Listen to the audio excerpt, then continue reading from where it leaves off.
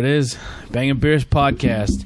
Before we get started, if you guys like what you hear, make sure you hit that like, subscribe button. If you're listening on any podcast platform, audio only, and you can give a review, do that. That'd be fantastic. Or you can even go to our Facebook page and give us a review. Because the more people that see that kind of stuff and say, like, hey, this is why we like it, they may tune in and check it out. So it only takes a couple minutes. Hook us up. Definitely. Hit that subscribe button. A little bit of a change of lineup tonight. Some guys couldn't make it tonight, but we have Matt is our fill-in when we need him, and then we have the legend here tonight. Oh, no legends. Yeah, from the legendary Collins bunch. Keith's going to be joining us tonight. His introduction was way better than mine. I just want to say that. Yeah, Matt's like kind of here, and then we have this legend. Sorry, Matt. What type of beers are you really? You like a little bit of everything, right? I do like a little bit of everything. IPAs. I drink a lot of IPAs. A lot of pale ales. Okay. I like a lot of German beers. The only thing I don't like are real light, weak beers. We won't have any of that tonight. That's good. That's good. We're good then. We're in good shape. We have a pretty interesting lineup. We're actually be doing a back-to-back episode. We're doing one tonight, one tomorrow. Actually, back-to-back-to-back. We're doing Gauntlet Part 2. Yeah, so we have a beer show tonight, beer show tomorrow, and then we're going to Liquid Noise on Sunday. Oh, nice. Yeah, we were invited up to the brand new brewery to get to see it and do an episode with the owners and try some fun beers. We're going to start tonight with a brand new beer from Trogs. We're going to start with the Haze Charmer. So this just came out. I personally haven't had it. I have heard mixed reviews, so we'll find out right now. I'll pull up the review then too. And I like that it's only four of us and this much beer. Is that a new release, Tony? Yes. So from Trogs, this is going to be a pale ale. It's a 5.5. Before I get into that real quick, this actually gives me, this will get you a new badge as well. It does for me as well. All right. Let's... Taco Bell's definitely getting some business tonight. I'm trying to open up Trogs here. There it goes. So Trogs Independent Brewing Company is out of Hershey, Pennsylvania. This is a place that if you go, there is a full tour, full restaurant, full bar, huge gift shop. It's a really big building. You can't really miss it. Whole kit caboodle. Yeah, it's just a massive place. It's a lot of fun. For my golf game group guys, if you ever heard of Mad Elf, that's Trogs. Yes. So they have made 416 beers, and they average a 3.78 as a brewery on Untapped. Their number one beer, Ben, are you looking at it? No, I'm not looking What would at you this. guess Trogs' number one beer is? The Nectar one? I was actually going to say Nectar? that. Nugget Nectar? Nugget Nectar or the Trogan. You are 100% right. It's Nugget Nectar. Then it goes Perpetual Ale. Then it goes Mad Elf. Then Troganator. Then Blizzard Hops. Actually, the Blizzard Hops is good. I just had it a few weeks ago. And then right behind that is Nimble Giant. I don't like Mad Elf, but I do like the Nugget Nectar. Yeah. So, Ben, you want to read off the description of this beer? Damn Skippy, I will. It's a pale ale, an American pale ale. Haze Charmer emerges from a soft swirling cloud of oats and unfiltered wheat. Vigorously dry hop adds to second phase of haze, propping up the oils of El Dorado and Citra hops. Each step delivers notes of juicy pineapple, fresh grapefruit, and candied peach balanced by a hint of white pine and low bitterness. We taste juicy pineapple, fresh grapefruit, candied peach, hint of white pine. And they consider it hazy, citrus, light, smooth, and grapefruity. Total people that check this in is 3,984 people. Monthly 3,914 people. Do you guys have Untapped? Do you use Untapped? No, I don't use it. I haven't had a chance to download it on my new phone yet. On the app. Do you know your username on there? No, I do not, actually. I can't even remember. It's been that long since I've been on it. Yeah, if you get that, let me know. My name on there is Bangin Beers Podcast Tony, and then Ben is Cold Wolf 35. Cold Wolf 35. All right. We got this beer at Bresky's. Yes, from Harrisburg. In Harrisburg. Holy shitballs, Bresky's. That is a insane place. Hold on. I'm trying to find them here. It was so good. Jason and I actually went to them on Wednesday, and we picked up some Omnipolo beers because there is a beer called Yellow Belly, and we always kept mentioning it, and lo and behold, Jason found out that they were actually selling it, and I kind of bought a 4-pack of it when I was there. Yeah. One being included for you. Yellow Belly, and this is supposed to be their last time they're ever doing it because they keep getting some flack for it. Well, Which it's is not what you expect. though. Yeah, when you look at the bottle, you're like, oh, you're an asshole. And then when you look into it more, you're like, oh, I understand why they did it. The bottle is a bottle of, it's a stout, and it has a white paper bag over it that makes the bottle look like a KKK member. It looks. You look at the bottle; it looks like a KKK hood. Okay. But I kind of looked into it, But it's called Yellow Belly for the exact reason is the term Yellow Belly means a coward. Right. Means you're not. You won't stand up for what you believe in. You have to hide behind something. So pretty much they have it looking like a KKK member, but it is insulting them, saying that they are cowards and yellow bellies. So if people look at it right away, like, oh, you're insensitive, you're racist, Right. But it's actually making fun of. So they're taking it as a misinterpretation. exactly. Yeah, yellow belly is like the old-fashioned term of calling someone a pussy, but Yeah. Well, I mean, that's a little too, that's too much of a gimmick for me, I think. Yeah, well, it's going to be one of those beers that it was popular and it's going to now be discontinued. So it's one of those ones, like, after we have it, I'll probably keep the bottle just to say I have a bottle of it. and I did look up the actual reason behind it. Well, let's save that for the show when we drink it. Okay, I think fair that- enough. Or if you get an extra bottle, keep it on hand. You don't know what that value is going to go. Yeah. I may not open mine and just kind of keep it in the fridge, but just to kind of have it. But Ben we'll definitely crack one open for the show, just not tonight. So yeah, Bresky's it's literally like a supermarket of craft beer. Like you walk in this place and they have everything you need, and then cases and everything. But then the craft beer selection is unbelievable. You It can really buy is. You can buy 4 packs of it, or you can buy single mix of 6 cans. And that's in Harrisburg? Yeah, it's on 1170 Eisenhower Boulevard in Harrisburg, Pennsylvania. And it's called Bresky's Beverage Distribution. It's unreal. That's awesome. We'll start with you today, Keith. What do you think of this first one here?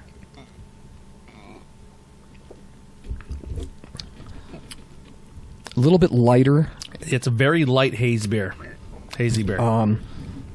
Very little aftertaste. Mm-hmm. It's very subtle. This is like I kind of get the fruit in the aftertaste. I don't get it in the initial sip. this is like if Trogs made Flight. Yeah. Actually, yes, it is. No, it is exactly like that because it has sort of that skunk taste that Mad Elf has. Yeah. But yeah, I'll let you keep So going on before I give mine. On a 5 scale for Untapped, what would you give this? On a 5 scale, And you can do like 0.25, 0.50, 0.75. So like the quarters. Yeah. right? I'd probably give it about a 2.5, maybe. 2.5. Okay, that's just above average. I'm sitting at about a 3. I'd give it a 3. I'd have it again if I was out somewhere. I would definitely have more of them. It's light enough that you can drink. Yeah, there's only a 5.5, right? Yeah, A 5.5, yeah. But you know what? For being a 5.5, it doesn't taste that strong. You wouldn't think it was a 5.5. I think that's what kind of sold me a little bit then too, because I gave it a 3.5 because I just like that little bit of the hop. Like that would be a great introductory hazy IPA for somebody to actually try out. Not only is it light, but it has that dryness to it.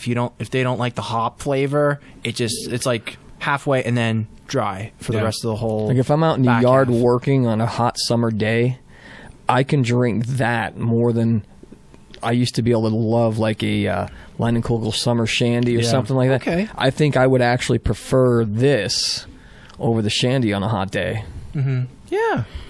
For me, I get like that out of the taste profile that you described. I definitely get the white pine because I don't really like the hoppy taste. I don't like it because for a 5.5, it has like too much of a hop taste in my opinion. For a lighter one, I would probably give it 2.5. Yeah, that's about right. Ooh, I'm really excited for this next one. Oh, we're right on with that one. Yeah, that one's pretty close. Yeah. You get a little bit of the pineapple in the aftertaste, but it doesn't last very a long. little fruit there in the end. Yeah. Nothing blows me away. I mean, it's fine. It didn't blow me away or anything. No, if you don't like hops, you're not going to like it. If you like hops, it's a good light beer for you. So we have an episode out now when we were at McNiff's, and it's kind of embarrassing as a beer drinker because I kept saying, all right, we'll leave all the Guinness to the end, and then I didn't realize every single beer except one on that lineup were all made by Guinness. I didn't know Harp was made by Wah, Guinness. wah, I didn't know wah. I didn't know the red ale was made by Guinness. Yeah. The only ones we didn't have that weren't Guinness was Killian's and Great Lakes. Great Lakes. Yep. I think Guinness is one of the most disrespected beers too. I love Guinness beers. I'm not a huge Guinness. stout guy, but fucking the blonde is fantastic. My wife likes the blonde. It's so good. Yeah. Literally for a lot So of was Harp. Harp was really good. my biggest thing for the longest time when I was doing comedy shows, I would get a pint of Guinness and then I would do like an Irish car bomb. I would get a shot of Jameson and pour it in, a little bit of Kahlua and pour it in. I love Guinness. People shit on it all the time. Guinness I is think it's awesome. I love Guinness, but Smittix is good too. Yeah. So I think Smittix won beer of the night. did they? Yeah, the red ale. Yep. I think Okay. the red ale ended up Smittix winning. Red Ale won beer of the night. I haven't had that yet, but I'll have to give it a shot because I love Guinness. There's one. They're out. That whole lineup is at McNiff's right now. If you want to get some good Irish beers, McNiff has them all. There's one stout that I really absolutely want to try because my coworker really hyped it up for me. Murphy's. Murphy's Irish Stout. Yeah, I really would love to try that because the only place that they actually serve it on tap is in Jim Thorpe. I think it's one of the Irish pub- McGuire's. McGuire, yep, McGuire's, yep. And he's the only guy that really gets it imported and Puts it on tap. Oh yeah. So I'm playing this. fun fact, folks. I'm playing this fun game tonight where I just got put on pain pills and steroid and an anti-inflammatory. What kind of cocktail Tony's gonna have? Yeah, and I'm drinking on top of it, so this is gonna be fucking. It's gonna be feel good. awesome. Tony's gonna be I'm so asleep. excited. We may have to finish the podcast. Yeah, he's gonna be asleep by He's gonna be like David Lee Roth in the '80s, man. No, I have doing no fucking split kicks and shit. I have no tolerance when it comes to pills because I'm a guy who don't even like taking Tylenols. So this is gonna be fucking awesome. I'm super excited. Oh man. Stay tuned, folks. You don't know what's coming up. You might want to put a pillow next to you. Don't just in try it. case. Don't try this at home. Yeah. So, and then we have another episode that's going to be coming out. I'm going to release it on Tuesday. The Harris Family Brewing Company episode. Very, very fun episode. We didn't get to try any of their beers, unfortunately. They didn't have any made. But they did They put brought some- a bunch of stuff from the Harrisburg area and kind of put us on to Boneshire and a little bit of Zero Day. Yep, they put them over. They're like, hey, we didn't have any beer because they're going through stuff, not bad stuff, but just like They're early paperwork stages. and all. Yeah, Yeah, they're very early stages. Yeah. But man, did we have a good time with them regardless? Like, And it was really cool because they said to us, like, we only have let a handful of people up in this area because it's like literally lumber everywhere and Yeah. dirt and just it's not made for people to see yet. And where's that at? In Harrisburg. Harrisburg as well? Yeah, they're going to be the first black-owned brewery of the Harrisburg area. So yeah, I'm really excited. They're really, really cool dudes, and hopefully we get to hang out with them a few more times. incredibly hospitable too. Oh yeah, super nice guys. To go backwards just for a second, if you go to Jim Thorpe for the Murphys or whatever, I've had Murphys. I like it. So if you go for a trip, let me know because I want to go to the Jerky House. So Okay. All right, so when you're doing this one, just go a little light your first pour because it is a smaller can. So this is actually cool that we're doing it this way because this is actually I kind of jump ahead of you here, Ben, but this is brewed out of this world. This is brewed out of this world with Galaxy Hop. Starship IPA will blast your taste bud with notes of fresh grapefruit and citrus. So I am a huge fan of Galaxy hops. And the next one also has Galaxy hops, and I'm not that. I mean, I'm a little firehead, but I'm not super impressed with it. This gets 4 check-ins. It averages a 3.69, and it has 19,000 check-ins. It averages a 3.72, and this is from New Belgium Brewing Company out of Fort Collins, Carolina. that's a No, Colorado. Colorado, sorry. There you go. That's all right. that's a top 5 can design. It is. That's a really awesome can New design. Belgium is pretty good with their art. They usually always use the same little skeleton dude. Yeah, it's for people that can't really see it on the camera. There's gonna be pictures of it, I'm sure, but it's a sort of Star Wars theme, I'm guessing, with Yeah. the skeleton. And this is a 7.7. So now we're entering the. I haven't seen Star Wars, but that's an awesome design anyway. All right, let's see what we got here. What's the Gauntlet Part 2 you're doing? Is that what We're just doing 3 episodes and 3 beer In episodes one, one weekend. weekend again. Gotcha. I thought you were maybe doing another Infinity Hops. I was like, wow. No. If we did, like, Wow. don't worry. That does not drink like a 7.7. No. It really doesn't. Starship. Wow. That'll fucking catch up to you later. Yeah. That's an all day one for me. It doesn't have too strong of a hop flavor. It goes down nicely. That's a good one. There's something distinct with it, though. There is definitely a distinct hop in there. That's the Galaxy. That's the Galaxy. I love that hop. That's my favorite hop. Like you can, as soon as you hit it right away. It's you not can strong though, which is what I like. Not to be punny or anything, but it tastes intergalactic. Not to be funny, but here's a really bad pun. When you have a bunch, like there's a few hops that I didn't know I was a fan of, and then we started listening to another podcast that we actually are going to be doing a collaboration with soon out of New York. So we're driving up to like upstate New York to hang out with these dudes who do a beer podcast, and their podcast is called It's Just Beer Podcast, and they're really, really smart, intelligent dudes, and they know their shit about beer. Like 3 of them are actual brewers, and Simcoe, Citra, and Galaxy Hop are all beers that if I see them in the hop profile, 9 times out of 10 I'm going to be a big fan of it. Yeah. And that's so I always kind of try to find stuff made with Galaxy because it's really tasty. And speaking of those guys then too, I just sent the Cracking Bread piece a gift to those guys. So Did you cover everything up for them? don't worry.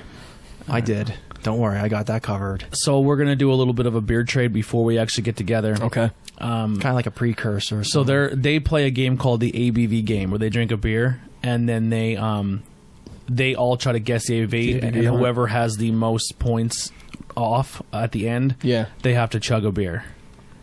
Yeah. Or they have to do like some type of punishment. Yeah, they get some kind of punishment or something. So they were like, well, I said that to Tony because I'm talking to Josh, one of the guys, and Tony's like, man, I don't want to step on their toes or whatever. And I said, I just don't want to do somebody else's shtick, And I said, are we okay to do it? He goes, we want you to fucking do it. Like they were like full on, like we want you to do it because it's so cool for a gimmick. Because we're like a gimmicky podcast, you know what I mean? Like for next episode, we're doing an Omnipolo episode, which is a Sweden brewery. And there's some wild and wacky shit there. There's a vanilla burger and French fries IPA that we're going to be having, as well as a slightly controversial beer, the Yellow Belly, which we already talked about. And I also had a collaboration with The Veil, which is their Tef Nut series. It's a blueberry muffin goza, which clocks in at 11% alcohol by volume. Well, if we're gonna have a burger and fries beer, you have to have a Coke with it. So we actually found a cola sour. Really? Yeah. So we're gonna really fucking bend it with this one. We're gonna have a full meal on that one. Yeah. So we're gonna. What's for dessert? It's gonna be pretty wild. And there's like I think they have a gin fizz one. It's brewed with quinine. That you actually make it with a gin and tonic IPA. We might actually have a gin and tonic beer on Sunday. That would be something I would like to try. Wow, it's gonna be wild. Like it's at least there's 9 beers that we're gonna have from Omnipolo. Yeah, and there's a pink lemonade IPA that I got too, that collaborate with Evil Twin as well. So nice. It kind of ties in the little bit of the theme. Yeah, I'm trying to debate. I think this is definitely going to be another Abomination episode, just because we have 2 of them. Yeah, that's fine. We don't really have anything else. We will be called like Abomination and Galaxy because we have 2 Galaxy hop beers. We'll figure it out. Yeah, so what do we think of Voodoo Ranger Starship? This beer is tighter than my t-shirt. It's really good. You got I really like it. Yeah. Nailed it. He's banging on that one. I know. I really like it. It's he couldn't contain it. This one's a little dangerous because it goes down so smooth that like by the time you're on your 3rd one, like you're just feeling fine, and then you get an urge to text your ex and call her a whore out of nowhere because it's a 7.7. So it's definitely dangerous in that aspect, but it's unbelievably good for the hop itself. I hate hops, but I really like the taste of that one, so I'm going pretty high on that one. I'm gonna give it a 4.25. So whoa.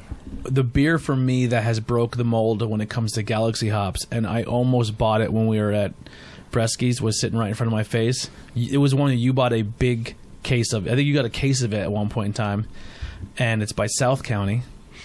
Do you remember what it is? Oh, either Cosmic Nod or I forget what the other one is. It was there. I know exactly. No, Stellar Phase. Stellar Phase. Fantastic beer.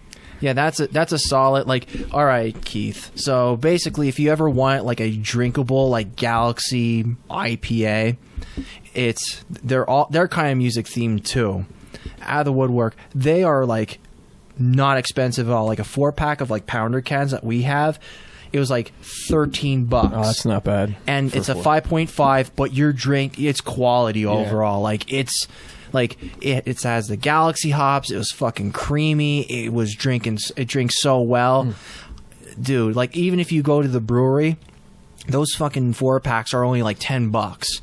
So like if you really want to be a cheap ass and wanted to drive almost 2 hours to go there, definitely that's the place to go. Yeah. I love going there whenever they do their gelato series, because they always do it like every quarter whenever they do their releases. So depending on what fruits in season and all, they make a gelato. It's a double IPA, and they basically, it's like an 8%er. And we had it on the show before when we had our super long episode, and I had a can for about 1.5 years, and it still fucking held up. Really? Yeah, they're pretty good. You guys didn't really appreciate it, but it still was fucking good beer. Which one? Well, from South County, it was the caramel frappe. Oh yeah, it did nothing. I don't like coffee. Yeah, it was just it was super clear, and it was like a dark golden yellow. But man, I couldn't believe how well that held up. It was fucking nutty. So what are you gonna score this one, Ben? Well, it does really conceal the 7.7 alcohol by content well. It does taste a little odd to me. I think I give it a 3.25. I'm a 3.75 there, so I'm not too far off. It's good, but I mean, I think it's just that different taste to it. Like, it just tastes I think it tastes a little metallic-y in my opinion, but there's a little bit of a pine to it.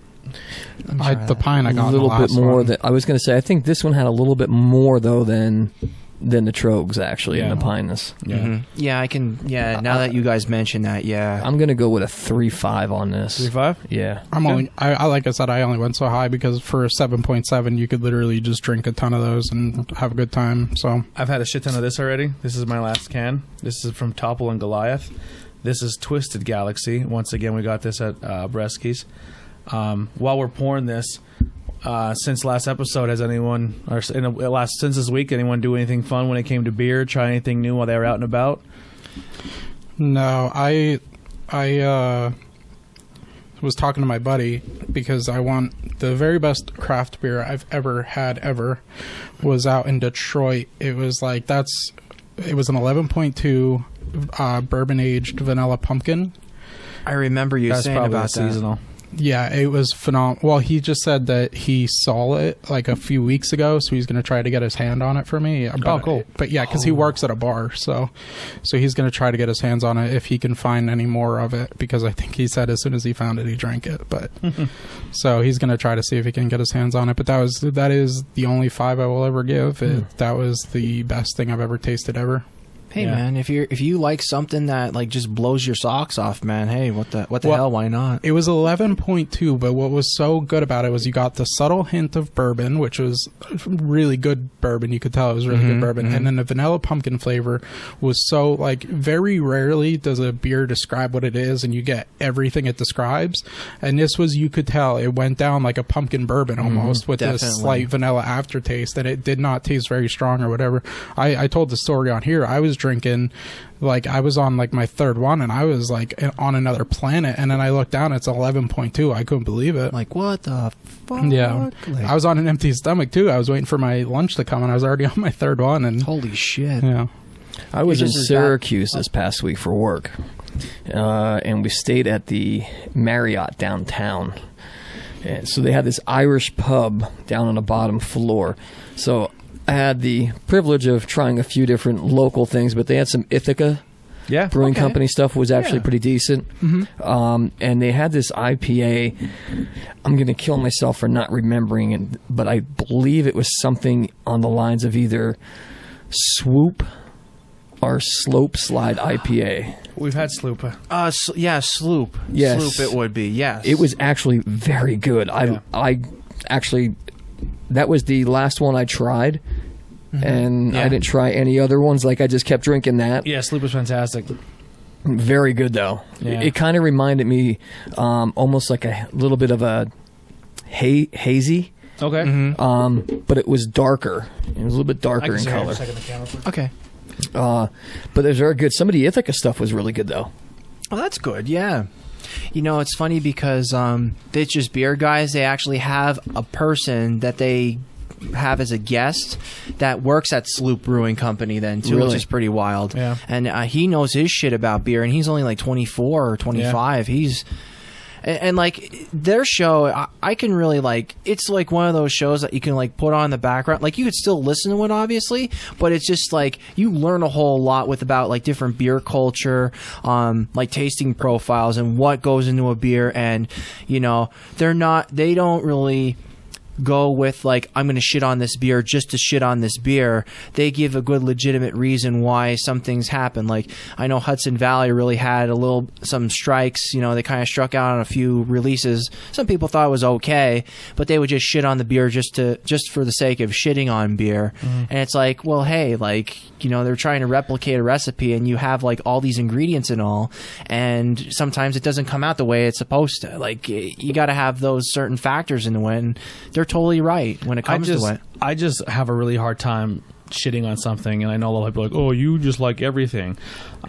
It's for someone to create something, and especially if it's something that I personally have never attempted to create, because to create anything, whether it be a podcast, whether it be beer, whether it be music, if you're a professional wrestler, if you're an artist, if anything, to step out of your comfort zone and create something to present to someone else takes balls.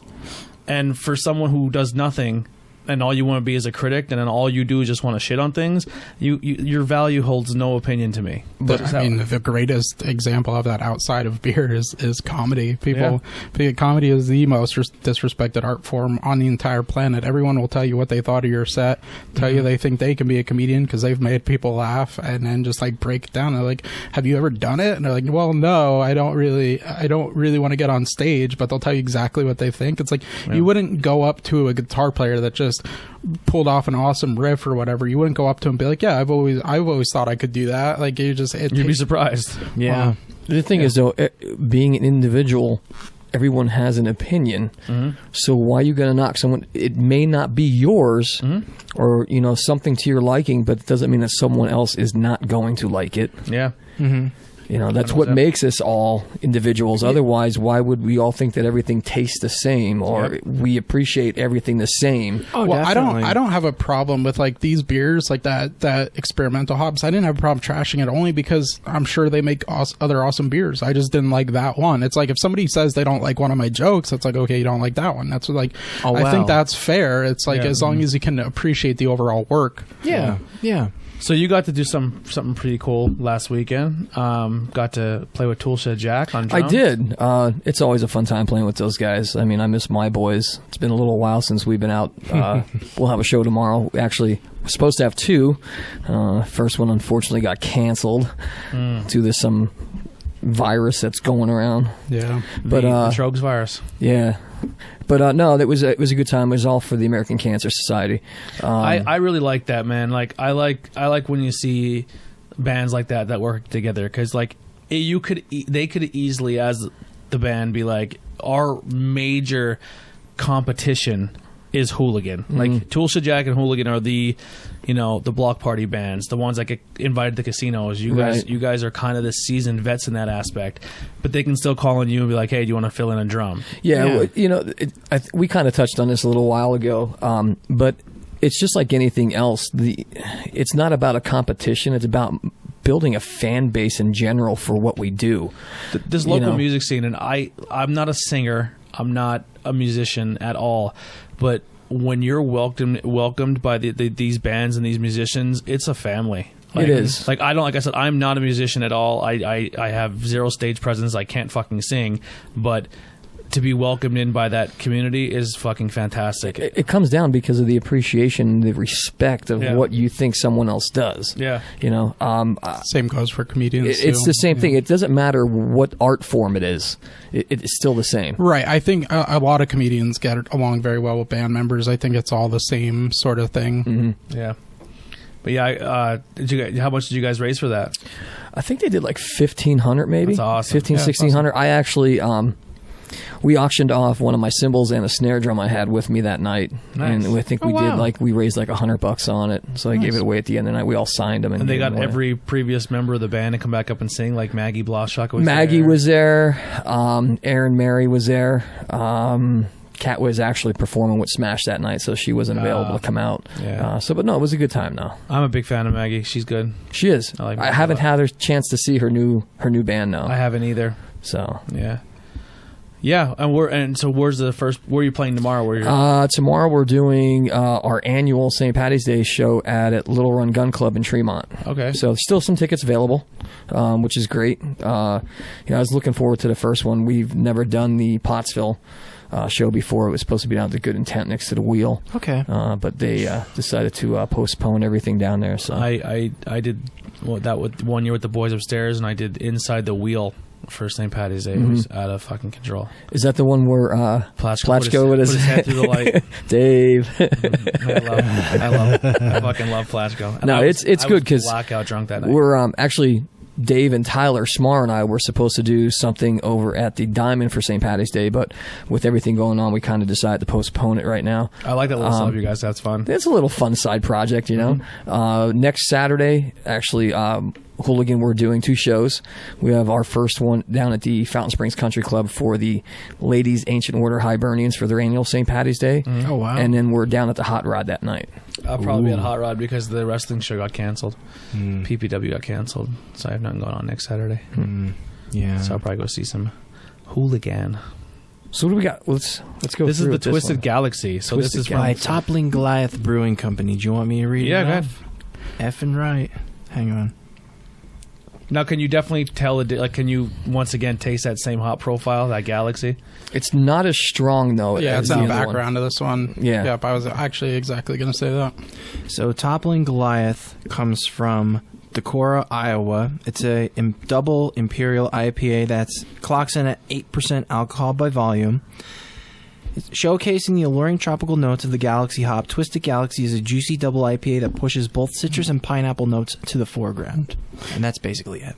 Yeah, I didn't get the citrus. I read that because the same exact things on the can. I didn't really get the citrus. As far as it being 8% in a double IPA, I'll give it a little credit for that. It's a little smoother for a double IPA. Normally, that's not my thing. I could get a little bit of the pineapple off of that, but not too much. Yeah, you can tell that Galaxy hop is definitely in it, but it's definitely more of a background player in this one. I don't really particularly like the baseline flavor, whatever that is. I don't really get a tropical vibe out of it.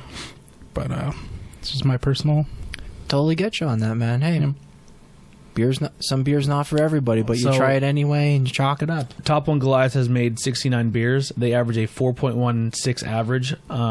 Their top beer is called Pseudo King, and then their second beer is King Sue, and their third beer is Pompeia. And they're all available at Bresky's. Some of them they're at Bresky's, and some of them are at the Craft House in Minersville as well. Ooh. See, I would like to try other Galaxy hop ones because I do enjoy the Galaxy hop. I checked this on twice, and I gave it a 3.75. I would rate. I would just continue with my single checking because I'm an idiot like that. I just like just doing single beers, and then I know how I feel about it overall. You didn't check it in again? No, only with the McNiff's episode that I just rechecked in because at that time it was like how many years back. Yeah. And now I do appreciate it now, but like since we had this beer before, I still stand by the 3.75. Still tastes pretty good for an 8%. You know what I mean? I still stand by my description and rating. Yeah. So I'm going to go with a 3.5 on this one again. I think the citrus that they're trying to get to you is actually right in the very beginning. Yeah. And that's why you, at the end, you're not really getting that on your flavor. Because I think it's already gone at that point. Yeah.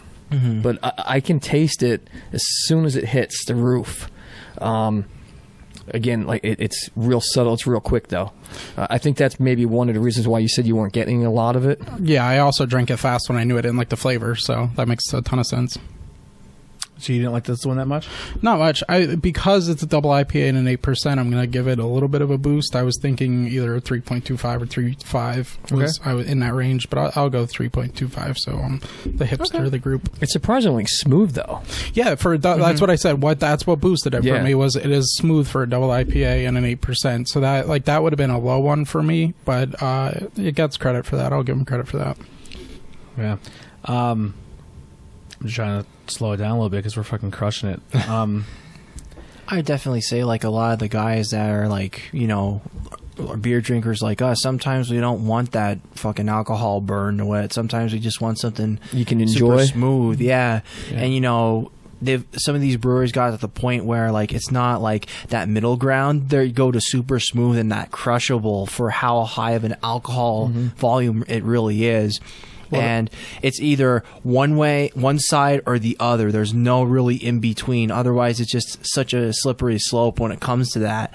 I just find it kind of funny, like when you guys mentioned, like for you know, the 8%, how it drinks so smooth. Because realistically, if you gave me a beer that was like 8%, if it drank that smooth, holy shit, I'm going to be like having 4 and I'll be laying on the fucking floor. You know what I mean? But damn. You know what I mean? For me, the one company that did it right was that New York one that I want to visit that you said the guy is a chef or whatever. Oh, Equilibrium. Yeah, Equilibrium did it right for me because you could sort of get the hops, but they really focused on flavor profile. You can tell the dude's a chef, so that's why I really like that one. That brewery is phenomenal. If we go there, I would die happy. That guy's like price points for everything that he makes is well worth going there and actually not only trying the food, buying the beer, supporting that guy, because you could go on 81 to Middletown and you could go there, and no joke, like that's well worth a trip within itself. For me, that's been the most consistent. Yeah, with the flavor profiles, it's been the most consistent over each one we've had.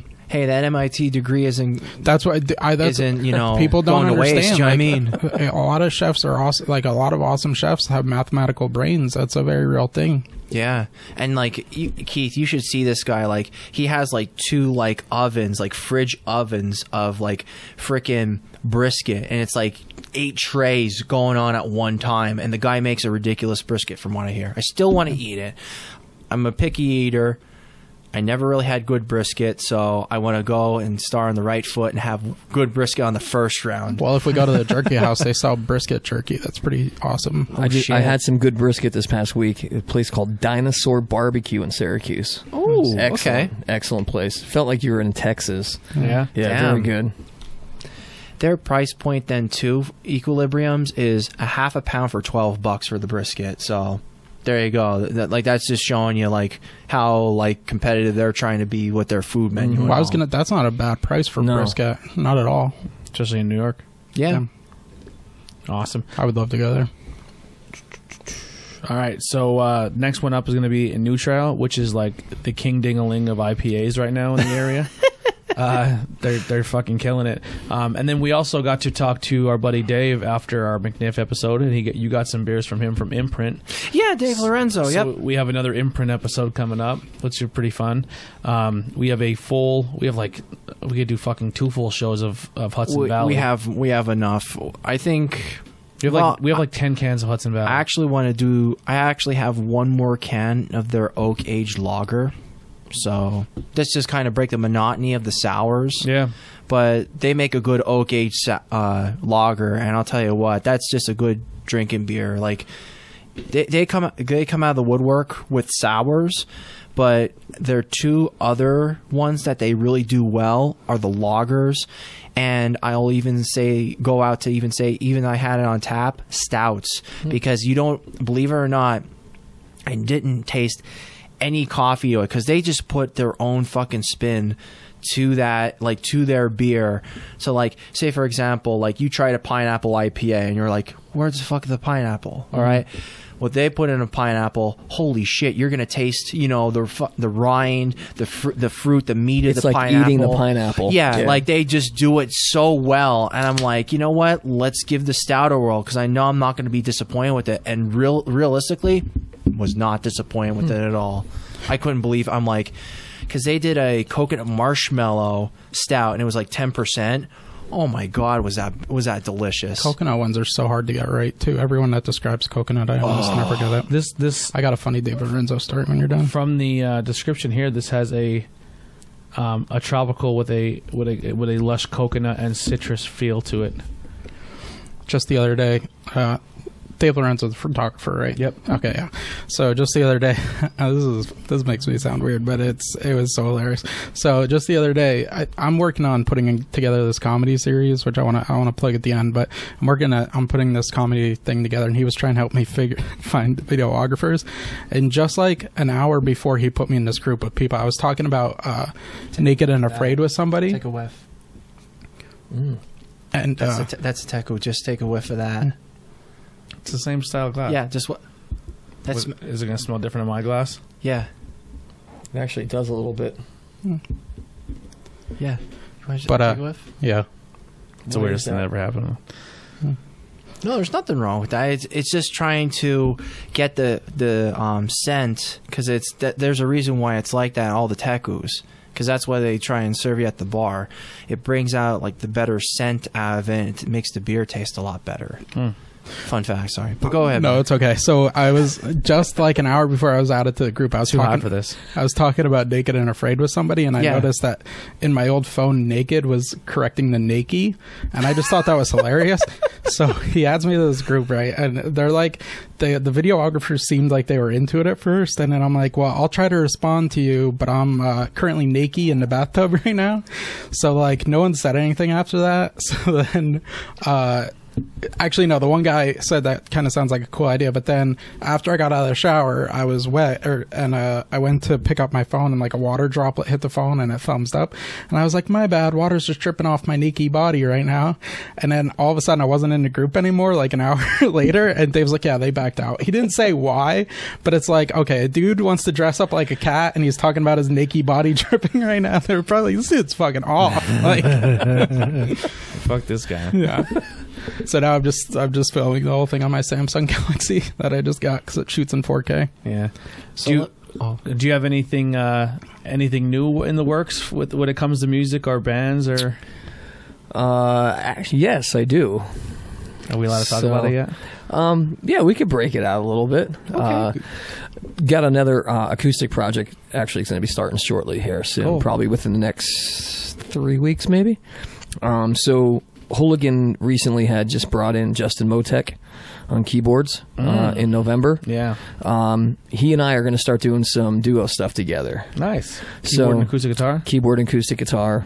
A little bit of different stuff, some John Mayer and stuff like that, and some Bruno Mars and some different things that you don't really hear too much acoustic-wise. So, yeah, we're really excited about it. We're going to debut it over at the Washington Hotel in Minersville. cool shit, Keith. They're actually doing another tap takeover, Yards. We were going to do the acoustic the same night for our first one, but we had to just put it off another week or so. Okay. So yeah, I won't be able to go. I have Tornado Tag.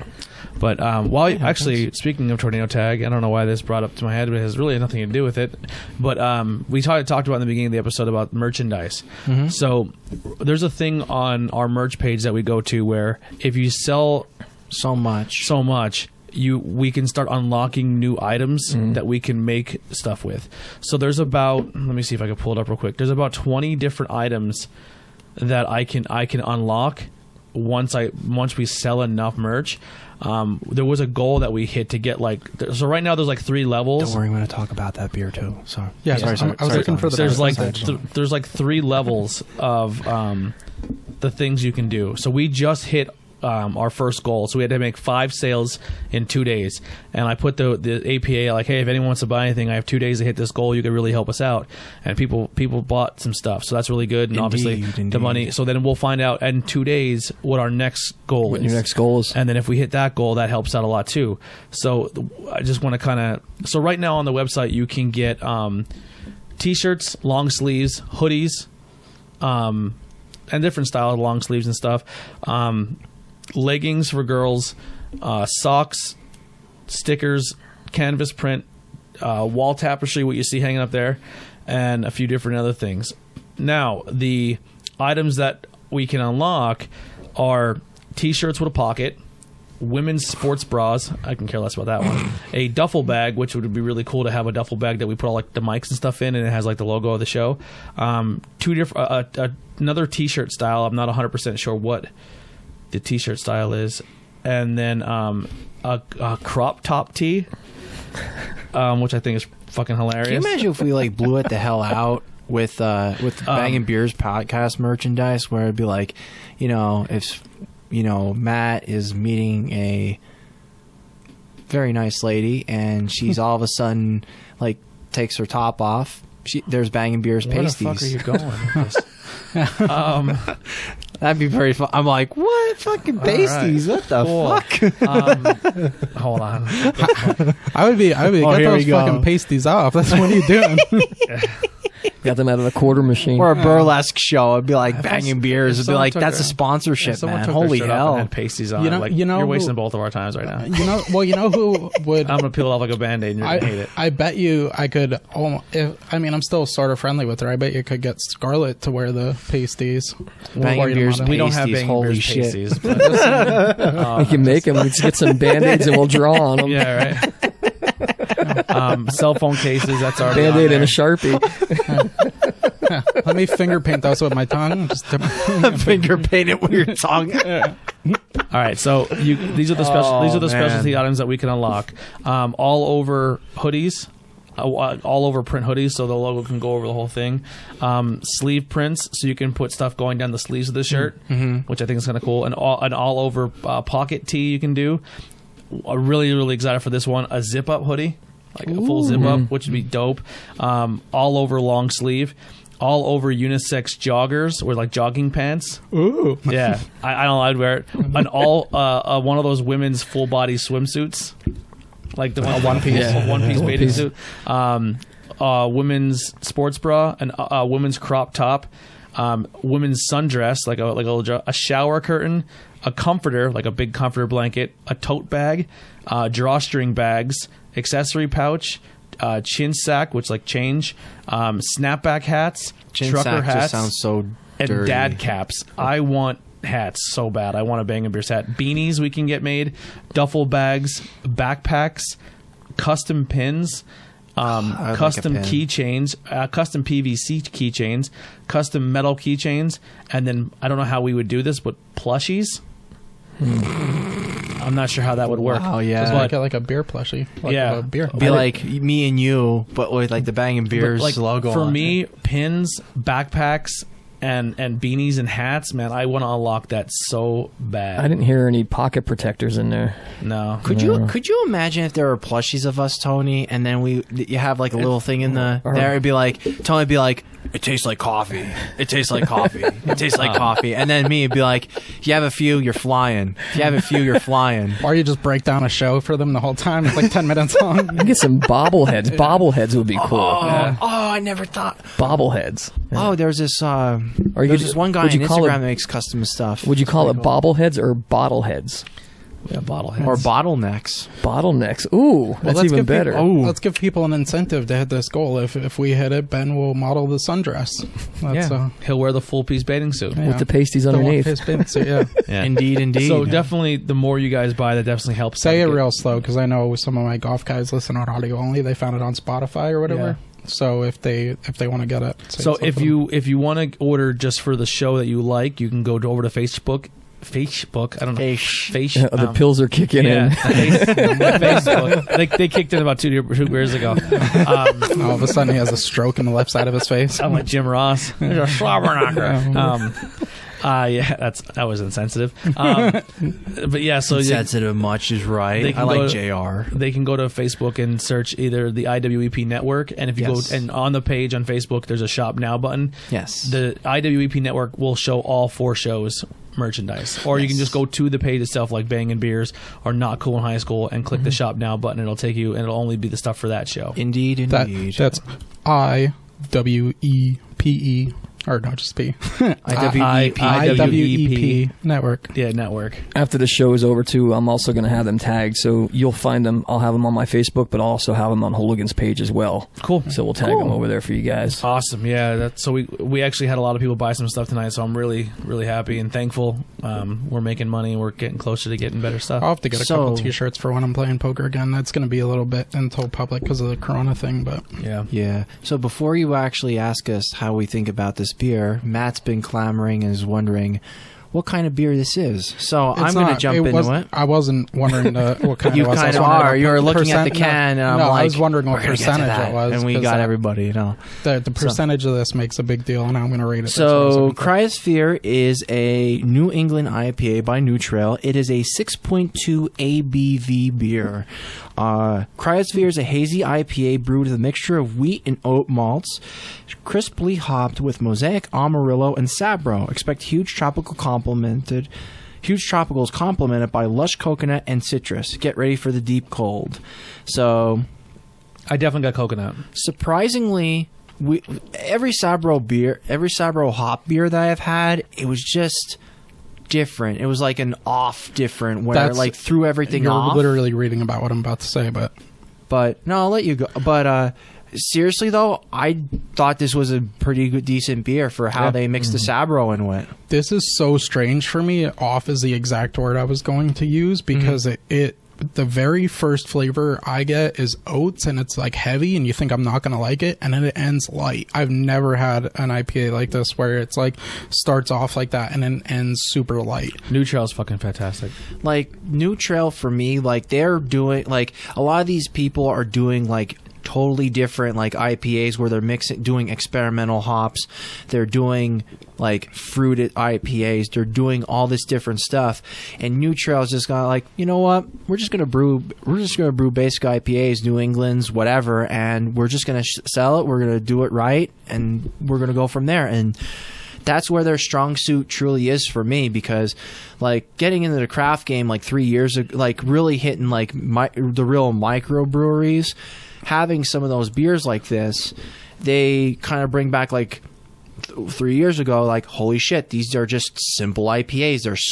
They're great. And I really like the fact that they really cater to just that simple aspect of it. Yeah, when I take my first sip, usually I let it hit the front of my tongue and then glide to the back. Yeah. And it always, for me, gets stronger as it goes to the back of the tongue. And this was the opposite. Complete opposite. Yeah, it's so strange. Yeah, strange, but I gave this one a 3.5.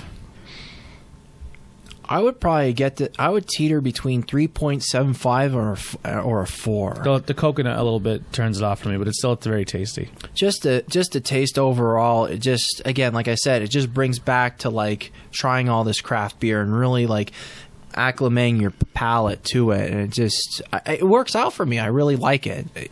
That's where I stand with it. Yeah, I'm at probably the 3.75 because it's a 6.2. It's smooth for 6.2 or whatever. If it was a little stronger, I would have went a little higher. But I get kind of the coconut aftertaste. I like coconut, but like I said, it's just so strange. I don't know what to make of that. What it does to your tongue. I'm not a big coconut fan, but for the little hint that's in there, it's actually different. Sometimes the complexity will fool you because this actually tastes simple for how complex it could be. Yeah. Right. No, I totally agree. It's almost like a light one, but it doesn't stay that way. It's very strange. I'm going to score this a 3.75. 3.75? Yeah. Cool.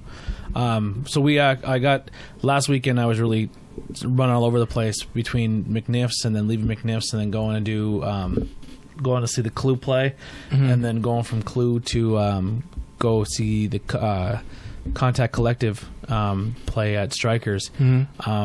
I've seen them before. It was the first time in Schuylkill County. You got to get a show with those guys. Awesome. Yeah.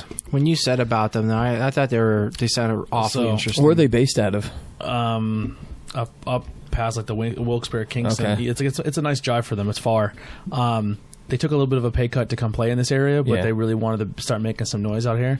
All black band. I saw the promo. Except the bass player is a white guy.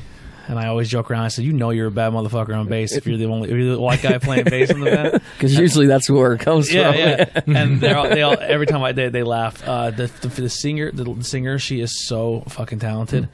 And did you call him Yellow Belly? no, I did not. So there's a girl singer. So she, they all come on stage, and it's at Strikers, so it's definitely people are like, well, what's going on here? Yeah, there's like 8 not used to it. 9 black people in Strikers Bar, and they're going to be performing. So they're all kind of caught off guard, and a lot of people were kind of like, am I going to like this? Are they going to do hip hop? Are they going to do R&B? First song they do, Open the Night, Smells Like Teen Spirit, Nirvana. Really? And everyone's like, what the fuck? And then she went from that to like Paramore and all these like punk bands and all like Fall Out Boy and all. Yeah. Like, and I didn't realize she was female. And people were like, when you were talking about it, I didn't realize she was female. That's awesome. And they just blew everyone away with their song choices, and everyone just like pretty much. They're getting booked again at Strikers again very soon. Oh wow! And they're going to get booked again at Cigars International, and then they're pretty much going to get booked, I think, for the end of the year festival that what's his name from 12 Volt Dave that puts on. Yeah. Okay. Did she do that? Did she do that Paramore song? I don't know what it's called, but it's like that's what you get. She did. How many pieces are they? What? They are guitar, bass, singer, drums, keyboard. So 5-piece band. I like the. I don't know if they'd be interested or if they're available, but I have a slot open for an opener next week at the Hot Rod. Yeah? Yeah, I got to find an opening. I'm looking for an opening act down Send them a message. They're trying to get more in this area. Yeah. If they're not interested, are you interested in having a couple comedians? Yeah, maybe we could do something like that. We could talk about that. If they're not interested, yeah. Well, okay. Yeah, we could do that. I know some really funny dudes. Yeah, let me know. I'll definitely. We can talk about that after then. All right. Last time I was with you at Hot Rod, I ended the night screaming Rage Against the Machine.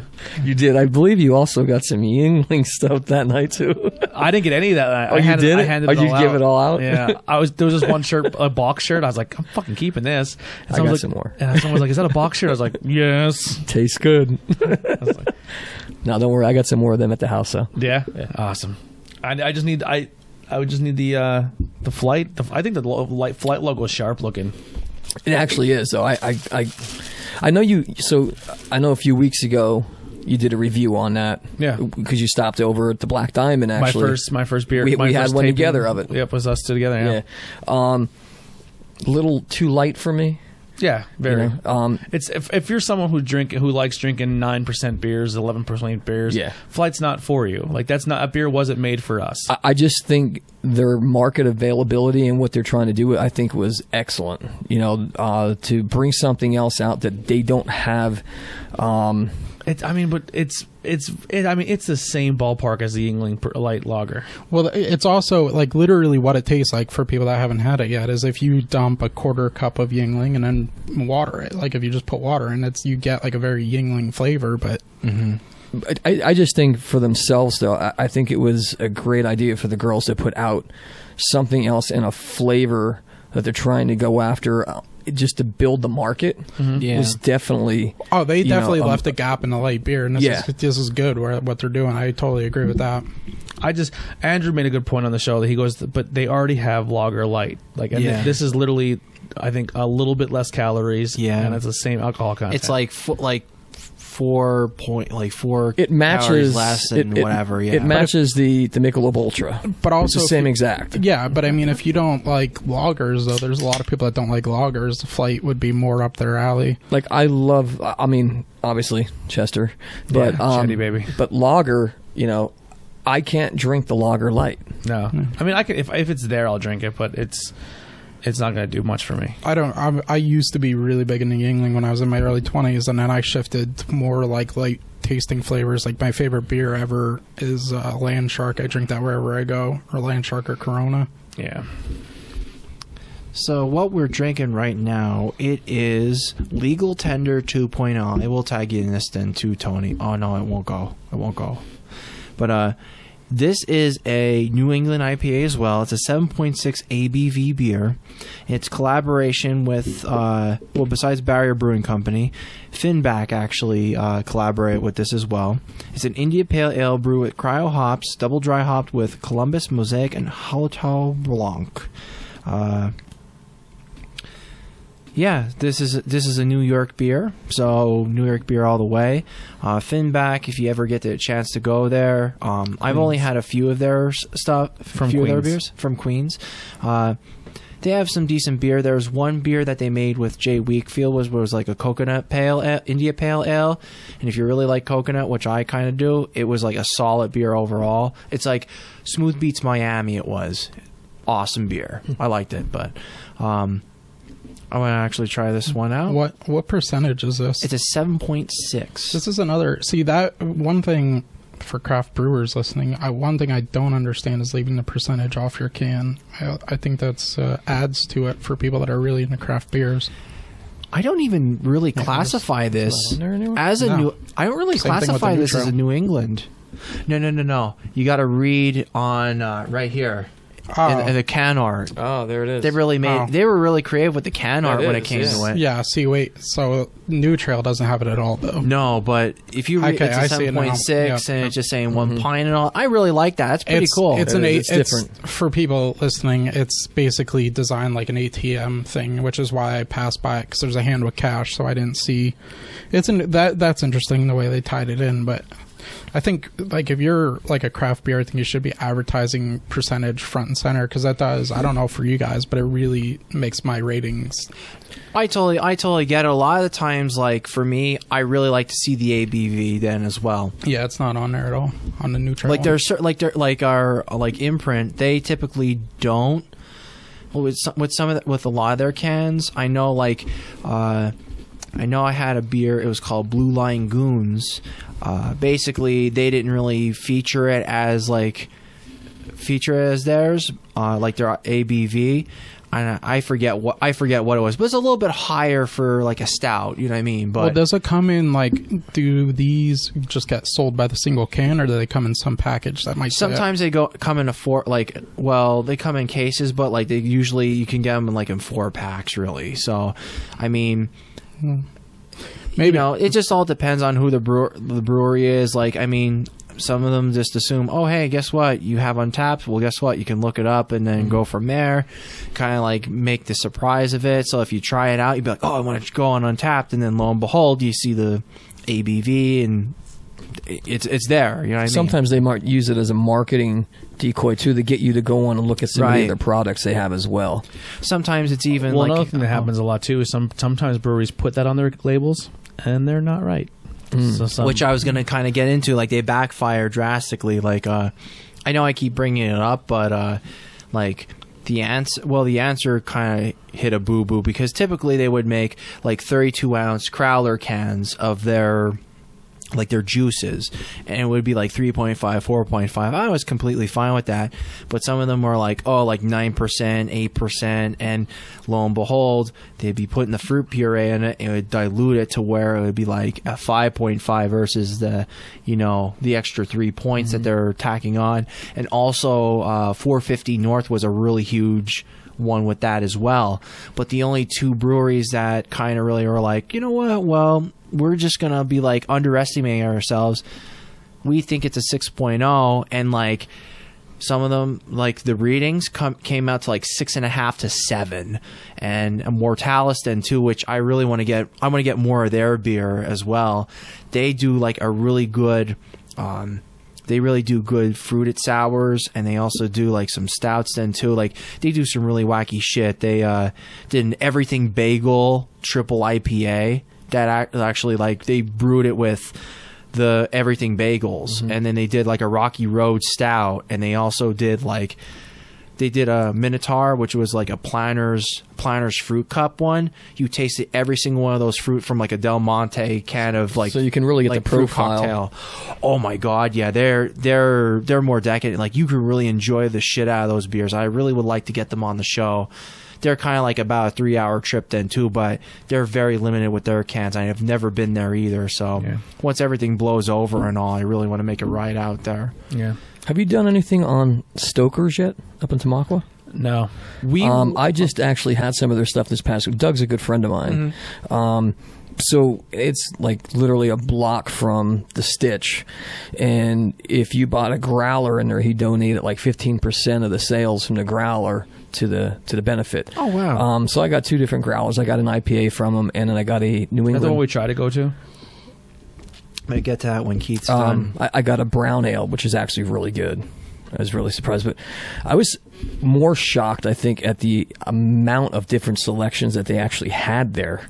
And the place was crowded. I mean, they had a really good crowd in there. We'll see when it was Tony, Heidi, and myself when we went there. I think that's really what kind of, in a way, kind of turned us off to it, because originally we were really looking forward to going there, and it was packed. It was like the way that the seating is, it's like a lunchroom, elementary lunchroom, and I'm like okay. And then we went out before, like, if they had to do anything, I'm not trying to shun them. It's just a suggestion, but their back area is beautiful. They can really capitalize on a lot of their seating outside then too as well, and they can even incorporate like even heaters on top of that then too. Yeah, and that would open that place up with more seating overall. We didn't really care. We wanted to go buy a flight, right? But if we would have went up and bought a flight, and they didn't really have servers, we were the ones going to be carrying our flights back, and it was shoulder to shoulder. Yeah, and there was one lady that like spilled her beer, and I got beer all over me, and she got all over her purse, and it was just like, because you're literally sitting on top. No of the offense. And she was hammered, and she knocked her beer over and soaked all of us. It was just a cluster. I would say you definitely did not have the very first, very good impression. We didn't even have a beer. No, we didn't even get a beer. We only got food, and that was it. They had someone outside grilling that. Outside people that grew. Yeah, piggies. Somebody else had. Okay. Yeah, they did they did just like burgers overall, and we really liked the burgers. But unfortunately, we were just getting there, and they were wrapping up, and I kind of felt bad about that. But they were still good beers. They were real good sports about it. But whoever did the burgers, thank you very much for that. That was greatly appreciated. How long ago has it been since you were there? I think it was maybe 2 months, maybe. Oh, really? 3 months, 2 or 3 months. Yeah. It was packed. Yeah, I would definitely at least try to give it one more shot. Yeah, you definitely. know what I mean? Because honestly, the profile, the flavor was very good. Yeah. Yeah. I agree. We don't. Here's the whole thing. We give it a good couple 3 or 4 tries, because it's not fair. If something's bad at first, it could be an off beer. It seemed or like they were super busy, venue. and they didn't know how to handle it. Right, exactly, and that's we don't want to do that to people. I could have just been trying to work out their bugs yet. You know what I mean? Yeah, it's not like they're there that long. Right. So yeah, I would definitely at least try to give it one more try. There wasn't even menus, so we couldn't see because when you walked in, it was shoulder to shoulder. Right, and everything's up on that board and everything behind. Everything's on the board, so you have to physically almost be in line to see what's then there. Get to the place of the if you're packed and the only spot in the entire place to see your beer lineup is behind you and this little tiny window that you can't see from your seat, you have to stand in line. And then when you finally get there is when you take the 15 minutes. And now 10 minutes. I was going to say, now you're wasting time for everybody behind you. Right. Yeah. Right. So they need another board with their beer flavors on or papers around. So you guys say, okay, when I go up there, I want to get a flight and I want 3, 7, 8, 9. Right. Have you been to Cherokee Tap Room? No. Excellent. Yeah. Food's very good too. Where's that located, Keith? So if you're going towards Danville, okay, on the right hand side, it used to be an agway, so it kind of sits down a little bit, but you'll see it. It's going to be probably about a half a mile to 3/4 of a mile before you would hit the red light where you would make the right to go over the bridge. Okay. When Jake and I did acoustic stuff as Stoked, we actually played there quite a few times. Excellent service. Selections were incredible. Always had different stuff. It's not like they always had the same thing for you to try all the time.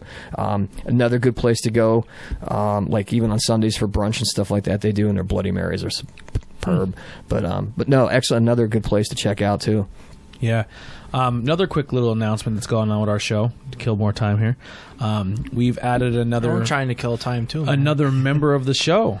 Maybe not so much always on camera, but we did make a post a couple weeks ago saying if you're into any of our shows, if you're really into the local music scene and you want to make posts on our page, just kind of putting over a local music scene, we'll take you.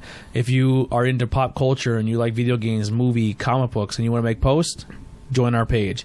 If you're like pro wrestling and you want to make posts, join our page. I'll make you an editor, and you can add content.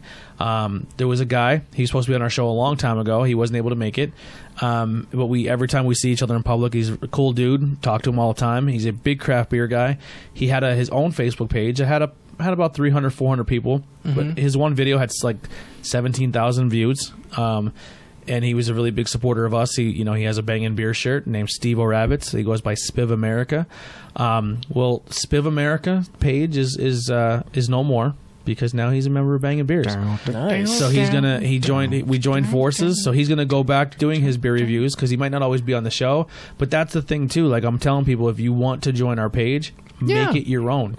I'm giving you full creative control. Do what you want. Make it your own thing. Be like Jen joined. I met Jen through you. She went out and bought the Bangin Beers Beer Hub shirt, which is like the Pornhub one. So as soon as she ordered, I'm like, "Did you get the Beer Hub one?" She goes, "Sure did." I'm all right. I know about you now. You little prevert. You know what that means. If you don't know what the Beer Hub is, it's our logo, Bangin Beers, but it's literally the Pornhub logo. And then she bought it in gray, and it looks fucking good in gray. She bought that, but then she also bought the Bangin Beers sweatshirt, the black one, I believe. Ooh. Well, she has the gray Bangin Beers Beer Hub one. Okay. That one looks sharp in gray. That was the first time I ever seen it in gray, so that looks really good. Cool. And cool thing, too, that if any of my guys are listening that are in other states, there's so much stuff we have no access to. Shoot a little clip on your cell phone and send it to me, and I'll figure out how to get it on the page or whatever. I think that would be awesome because I have guys all over the country that watch. And the funny thing is, I really like somebody to say, "Hey, Bangin Beers guys, guess what I'm trying out right now? This beer." And then you give a little description, the ABV, and then be like, give a little, like Tony said, give a little review, and that'd be pretty fucking awesome. Content, I really like that. Content's good content. We're willing to accept. I mean, I can't always have so many people at the tables because we have full teams, but we definitely appreciate it. If you want to kind of make it your own, you're more than welcome to. So for this one here, Legal Tender, I dig this. I think it has a really different flavor to it. I like this one a lot. I'm actually going 3.75 on this one. I really like this one too as well. I personally didn't feel like it tasted like a New England IPA. It just tasted like a regular, like it describes itself as a New England, but at the same time though, it just reminds me of like a straightforward, like lighter ale just in general. Just for me, because the way that they use the different hops on it, pretty cool. It's actually pretty decent. It's something different from like I'm not saying hazy stuff or New England or Western are bad. It's just the way that they mixed it up, and it was just, I thought it just tasted decent, and I was like, you know what? That's a good beer. This kind of gives me more of a, I don't know. I'm thinking more of almost on the lines of a German hop. I'm kind of getting a little bit more of a German to it, but it's got a little bit of a sweeter taste to it. Slightly sweeter, but it just makes it the way that it does. Almost like it's like a cross between a German and like a white Belgium. Okay, all right. I could definitely see that. Yeah. But it definitely has a little bit of a sweeter taste for an IPA on it. Mm-hmm. Yeah. I totally agree. It has a little bit of a sweetness. For me, I don't personally love the hops in it, but the hop taste, but it goes away quickly. Like, it leaves a pleasant aftertaste, which is going to help with my rating, because sometimes bad aftertastes can kill it. Yeah. But for a 7.6 in the aftertaste, I would probably give it like a 3.5. It's not bad. All right. I'm actually going to go with a 3.75 on this, just because of it being a 7. Yeah. It doesn't taste it. No, it definitely doesn't. No. Yeah, that's why I'm at 3.5. Yeah. What I would definitely say then too, what actually adds a little bit of depth to this then as well, it has a little bit of a malt, but it's not a terrible malt either. Like, it's just like, oh, I'm going to touch you a little bit with the malt, done. And that's really cool for that. I mean, I don't know how old the can. Oh, August 26, 2019. There we go. What I like about it and what boosted it for me is not only the 7.6, but also it doesn't leave a bad aftertaste. It's just gone. It really doesn't either. All the best flavors in it stay in your mouth. None of the bad ones do. Definitely. That's a decent, that's a decent beer for what hops are in it, because usually like your Columbus hops and like Hallertau Blanc is like kind of like a fancier hop than too as well. So like I think that really just makes it just unique in its own way. It kind of like breaks away from like a typical New England or Western. Yeah, now that it's sitting in my mouth a little bit, I'll move it up to a 7.5, 3.75. There you go. All right. Like I said, all the best flavors stay in your mouth. The last two are very unique in their definitely in the way they finish. Yes. You can definitely taste the Blanc in this one. That's the last one. Is that the last one? Yeah. Do you mean this one? No, the other one. This one. This is the one that had the Blanc in it, correct? Now wait. New Trail? Let me just get that. I want to get this all straightened out here. The New Trail was so weird. I can't emphasize that enough. How it's like reversed. It's literally completely opposite of what it normally is. Okay.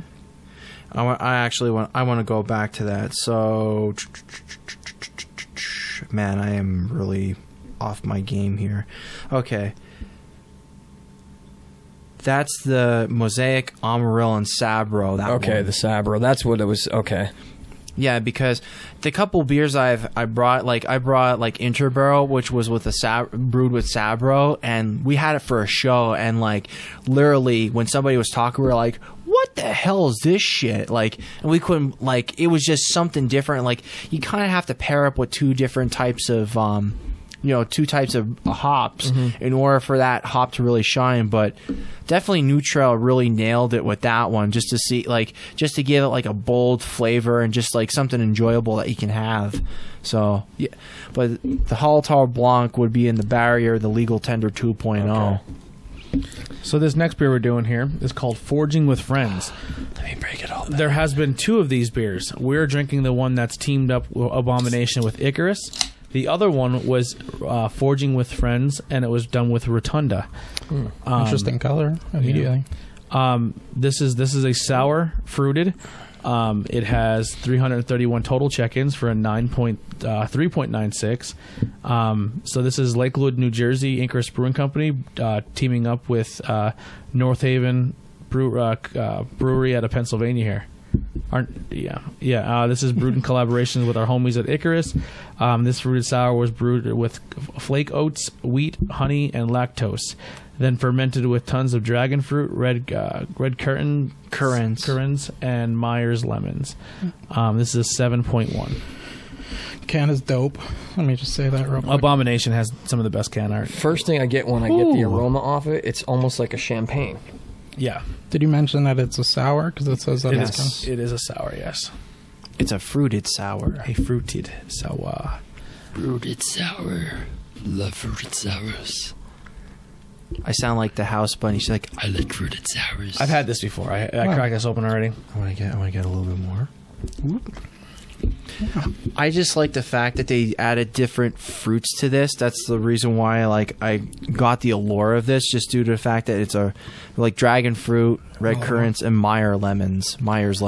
So when I initially had this, actually real quick, the brewed with friends, the Rotunda actually got a 4.0 when it was brewed with them. This is a little behind that one. So this is the... I'll just say right now, this is one of the better sours I've ever had because it's not overwhelming. No, very good. Yeah, very good. Do you want me to tell you what it tastes like? It tastes like fucking Jell-O. I think it tastes like Jell, like a blended Jell-O. I'm not there. It tastes almost like an unsweetened Kool-Aid for me, but it's good. It's for a sour. It's definitely not overpowering. I don't normally love sours. I like that. I thought you liked sours. No, I don't really like sours that much. Yeah. Amber likes sours. Amber loves...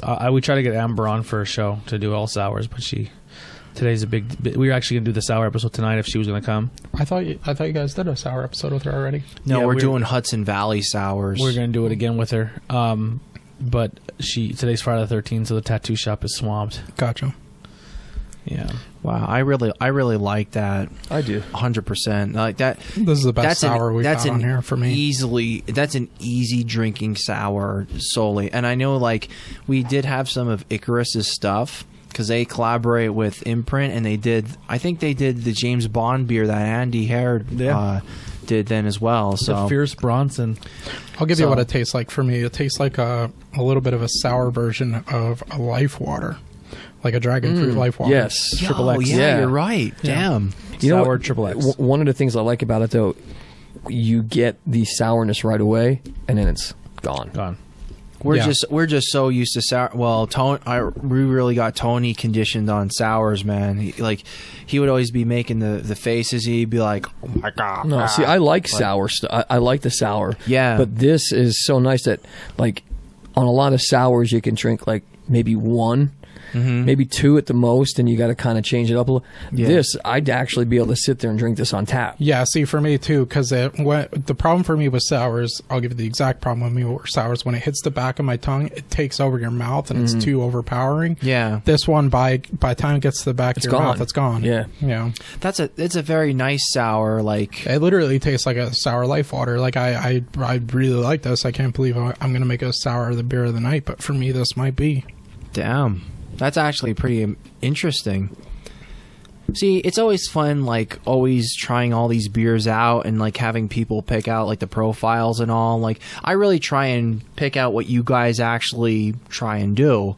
Like, well, what you try and taste, and, like, you're like, oh, well, piney, and you said piney too, and I'm trying to pick it out then, too. And I'm like, I could definitely see where you're coming from with that. I just like really analyzing beer because, I don't know, it's just something like...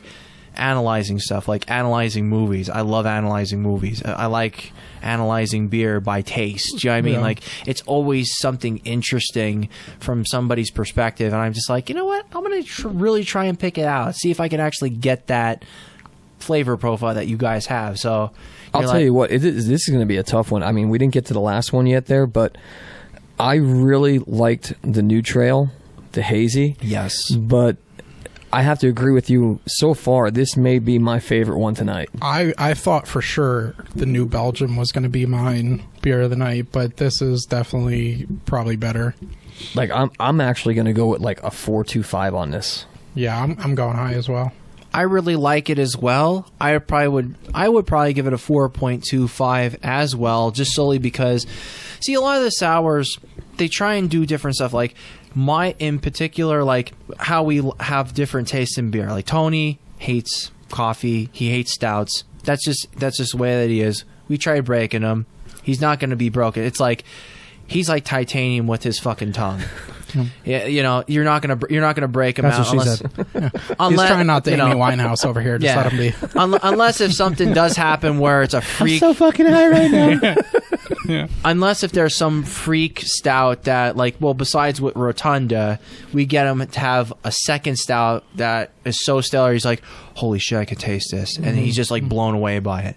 For me, I hate when people throw passion, or brewers throw passion into a beer, because it just is a dominant taste for my liking. He only likes to fuck them. No. Yeah, I got you. Yeah, but send your unsolicited dick pics to Ben. Yeah, Ben likes dick pics. No, definitely not. But at least one.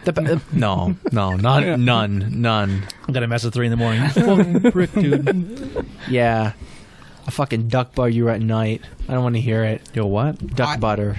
I have to. I'll tell you later. When I go, No, tell us now. All right. So the art of duck buttering. I'll wait until after the show to tell you something hilarious.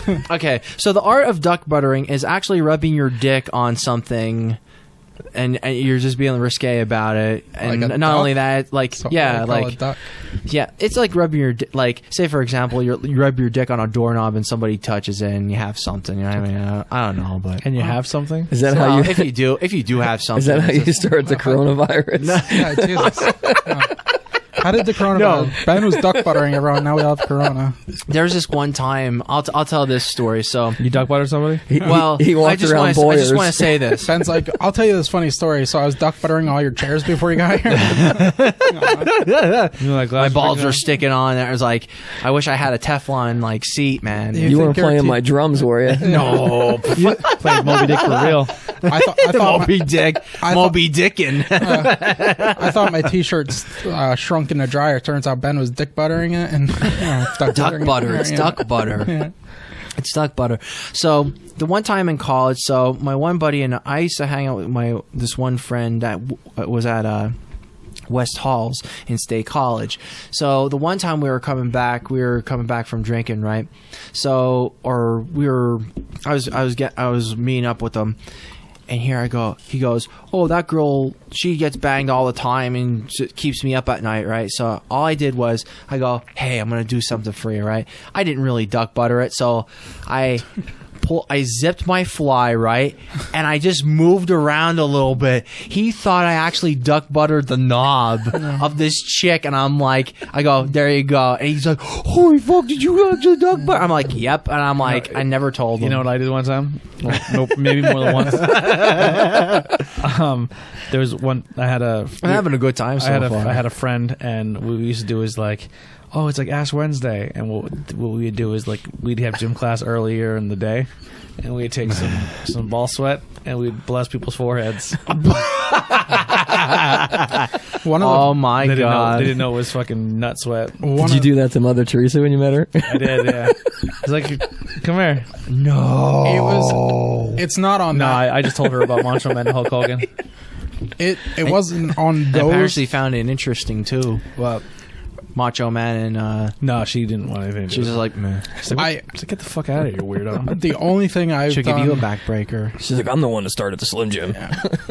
The only thing I've done It's like, I'll in this break your back and category make you humble. involving your dick, it didn't actually involve my dick, but we were on the way home. I love this kid. I'm so sorry for listening.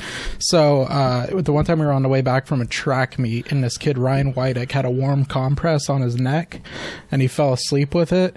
So I told my buddy, I was like, watch this, and I peed in a Gatorade bottle, and I put it on his neck, and he like shifted, and I guess my pee smelled particularly strong because we were just Like coming back Cheerios? from the meet. Did it leak I through don't the fucking bottle? Well, no. Holy No. fuck. So I didn't put the, well, you're ruining the end of the story. Oh. So I was putting the cap on as he woke up, and he sits up, and my pee spills all over him. This kid, Ryan Whitehead. Yeah, we would have fought. On the way home from track. Ryan, I love you. I would have threw you out the emergency door of that I'm bus. so He's still having a hard time getting that smell off. You know that. I'm sorry, Ryan. Man. I love that kid. I love that kid. He it was this like short blonde kid. He was real funny, but he was like a little bit off. But we found out that he had like 6 concussions playing soccer or whatever. Holy shit. I love 6 that little concussions playing soccer? Yeah, What the hell did he do? He would be going all out, but he needed to chill a little bit. Going all out. Maybe too hard. She should have been playing football. On the vein of like dick stories, one of the funniest stand-up stories. Fucking Louis C.K. over here. One of the funniest stand-up stories ever told on stage was Nick Swartzen. So he used to have this thing when he would go out to the bar, he would like put his dick on his wrist. Dick watch. And yeah, he would ask people what time it is. And he's like, the one time I did it and I walked up to a guy and I was like, hey, do you know what time it is? And he's like, the guy just looked at me and goes, is that your fucking dick? It's just one of the funniest things ever. You gotta search the Nick Swartzen dick watch story. You gotta watch their. Just the way he yells it. I'm trying to remember what it was. There was an episode I was watching. Oh my god. Here, feed me, Keith. Feed Hold me. on. We're the 2 best beers of the night. They were actually like him and his buddies were out for a cruise, and he's sitting in the back of the seat in the back of the car with this girl, and he had a bag of chips. Well, he decided to put it up through the bottom of the bag of the chips, and then he had the girl go to dig for some chips, and she dug for something else. Sort of like the dick in the box. It's my dick in a box. Guess what? Or a dick in the popcorn. Guess what? Just tasting this first one, I'm not going to go too into detail. That one doesn't taste sour, and the 2 best beers of the night I've had are sours, and I can't believe I'm saying that. I didn't give my ranking on the last one, but So go for it, Matt. I have to put sours into a different category because I don't usually. I have a little bit more I like going around the horn. So Yeah, I don't usually love sour, so I have to put them into a different category. Blackberry and The last one I would give a 4.5 because, like I said, it's tasted sort of like a sour life water, but I also got, dare I say, a hint of pomegranate, which I'm a massive pomegranate fan. So that's a 4.5. And not to spoil it before everyone gives their reviews, I'm going higher on this one because I don't really taste the sour in this. No, this is actually mild compared to the last one. So this is the blackberry raspberry, Ben.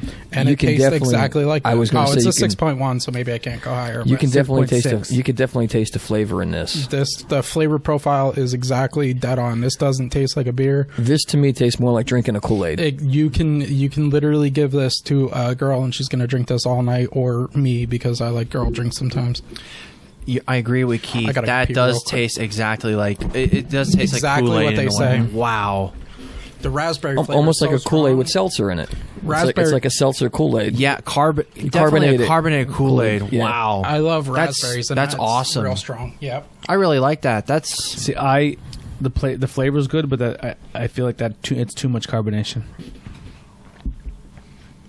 I would want more sour, or less carbonation if that's possible. red raspberry And- and the blackberry then too. It's got a very strong fruit flavor to it. This is literally like when you go up in the woods and you pick raspberries and blackberries all day long, and you're eating them. like you would rather drink this than like drink Boone's Farm, right? Yeah, Yeah. a little too much carbonation though for me. It's gonna lose some points because of that. I actually, and what's the ABV on this? 6.6 6.1 it says on the can. on tab it says 6.6. So I'm actually, for as much as I like this, I'm actually going to go with a 3.75 on this. 3.75. Yeah. That's about where I'm at too. I would go with the same thing as well. We'll wait for Matt's. Did Matt review the beer? He did not. No. Okay. But no, that definitely is a 3 point. That's a solid 3.75 Yeah. though. That just like boom, like red raspberry and blackberry, just the two berries, just in general. I will just- say for them putting, you definitely get the profile of exactly what they're trying to come through with the flavor on it. Mhm. But as far as being a sour, to me, this is definitely far from being a sour. No, That's- I wish I had a little more sour to it. Yeah. It's more of a like your dad would say. This is more of a Tony, tart than a sour. Yeah. It would be a tart ale. That'd be a tart ale. Yeah. Really, realistically, to be quite honest with you, I'd say sour, like, tart should be its own category then as well. Like, a tart ale, sour ale, because they always, like, batch them together, but they're two totally different things in a way. I would almost put this as a carbonated wine. It doesn't taste like beer whatsoever. It almost tastes like juice. Like the fact that it's 6.1 alcohol and you don't taste any alcohol. Yeah. Like this is like if Mazel tov. like this would be for the person that says I don't like beer. I only drink mixed drinks. Yeah. Give them this, and they Yeah, literally wouldn't. that's gonna be that's gonna carry them. It's almost like it was getting flat. yeah. Yeah, the carbonate. Honestly, I probably should have I should have drank more of it before I reviewed it. God, the raspberry is so phenomenal. The flavor profile on it's great. Yeah, it's the second you drink it, you taste the raspberry. It's exactly what it tastes But like. as far as being marketed for a sour, that's where I lose. not a that. sour. That's where I lose it. Not a sour. But yeah, the raspberry really comes through with that. Like a lot, like see, when you're drinking raspberry stuff, like raspberry fruit ales or sours, like the raspberry really sharpens up on that beer in general, and like it adds on to the alcohol content. If you just want something along those lines, that like if you're like, man, I gotta slow the fuck down after having like 8 beers, that would be the one to be like, you're just sipping that whole entire night just to slow down. But the shotgun sour that they did here. Wow, like they really made the raspberry shine throughout here. Yeah, where did this? You might have talked about it when I was peeing, but where did this come from? Like, where did you buy it? Abomination. That came from Bresky's as well. No, did it? Oh, okay, all right. I really enjoy it. I would probably pay somebody for like a case of this, but I would also maybe form an alcohol problem with it because it's so good. So I gave it a 3.75. Now I love the profile of the flavor. You bring it down because it's not sour. Yes, But you it like loses it sours, from- you said, right? I do. Yeah. So that's the only reason why I would knock it down a little bit lower. But as far as the overall taste and enjoyment of it, I can't believe how the flavor profile really comes through on it. Yeah. I can't put this in I can't rate it as a normal sour because you're exactly right. There's very little sour. I mean, when it touches your tongue, maybe you get a little bit, but then immediately you get raspberry. Like it legitimately tastes like a juice. Whatever category I would put this in, I would give this a 5 because it's phenomenal. I love it. I would drink it all day long and a bunch on Sunday. It's very, very, very good. What are you giving it, Ben? Like I said, I gave it a 3.75. The best 6 I've ever had on the 6 point whatever I've ever had on the show. One of the best beers I've ever had on the show. This sort of reminds me of the one Infinity Hop one that we did that had the berry flavor to it. Yeah. But this is just, it's phenomenal. All right, so this is where it gets fun, and we'll let you go first, Keith. Out of this lineup, you pick your beer of the night. Just slide it up Hands one spot. down. We're going to go with this one. Yep, so just slide it 1 can down. length forward. There you go. All right, Matt. God, it's hard because for I swore it was going to be New Belgium, and now I don't even care about the New Belgium after the last 2. Just because of alcohol content and the fact that I don't normally like sour, I'm going to give it to this one. But because I can't even classify this as a beer, that's what I mean. Like I can't but that would be my second best. Would be this one. This is one of the best things I've tasted on the show. Definitely all the fruits really meld well together, and just for the fact that like it really didn't taste like a sour, that is definitely the beer of the night.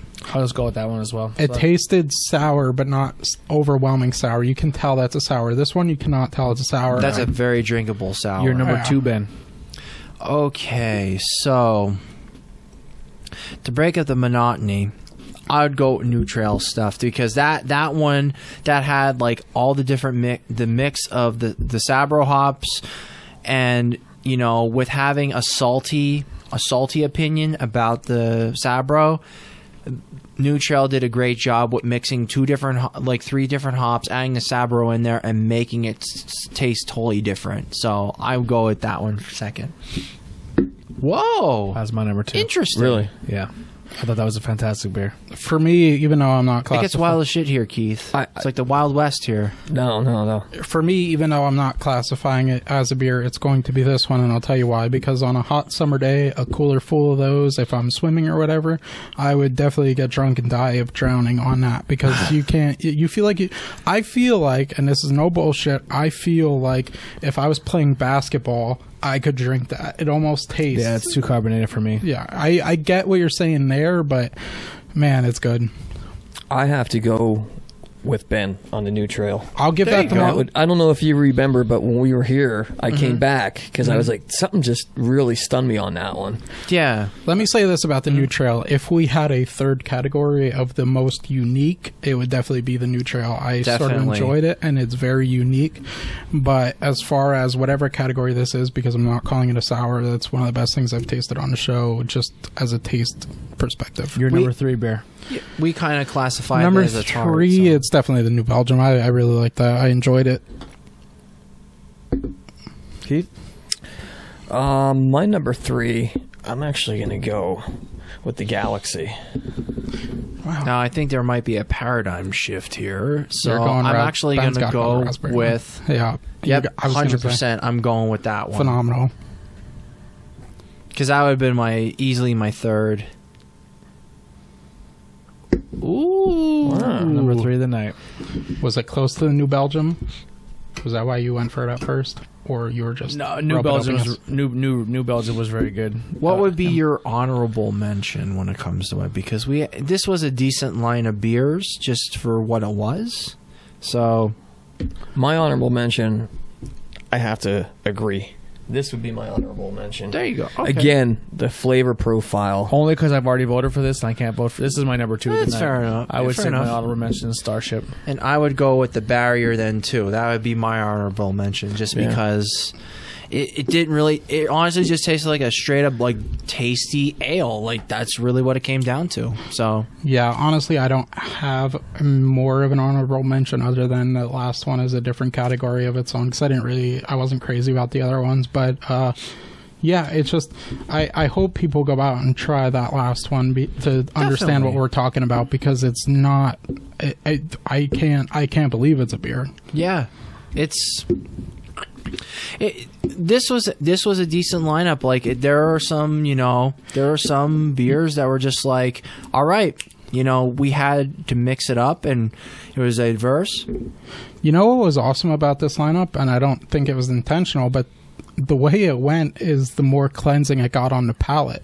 Usually I have like sort of a mixed hoppy kind of not great taste in my mouth. You know what, now that you mentioned that, my mouth is like, it's like my mouth tastes good actually. Like if a cop pulls me over for DUI tonight, I'm gonna breathe and he's gonna smell and be like, all right, son, you were probably drinking juice or something. I'll tell you what I noticed out of almost every profile here tonight, especially for a lot of the IPAs I drink, there really wasn't an aftertaste to any of them. No. That really not at hit all. you strong. You know what I mean? They cleaned up nice. Yeah. Yeah, that I agree with you guys. Like, wow, like you didn't realize it, but it's just the way it was like.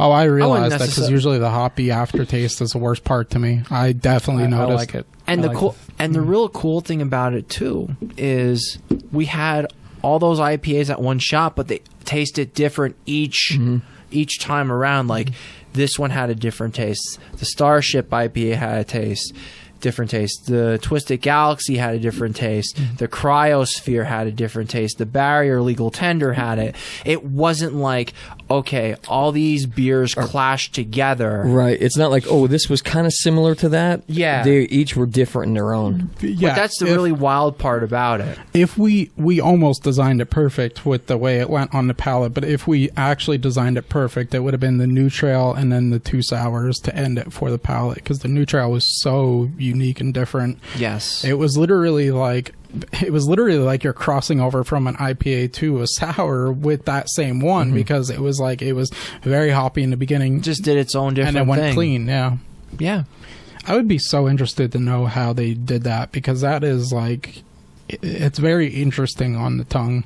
It's interesting when they say like cryosphere, like when they do cryo hops, they like actually like freeze the actual hops to get something out of it then too. I could be wrong with that, but the way that they do it, they really like get it to where it's like super fresh. Yeah.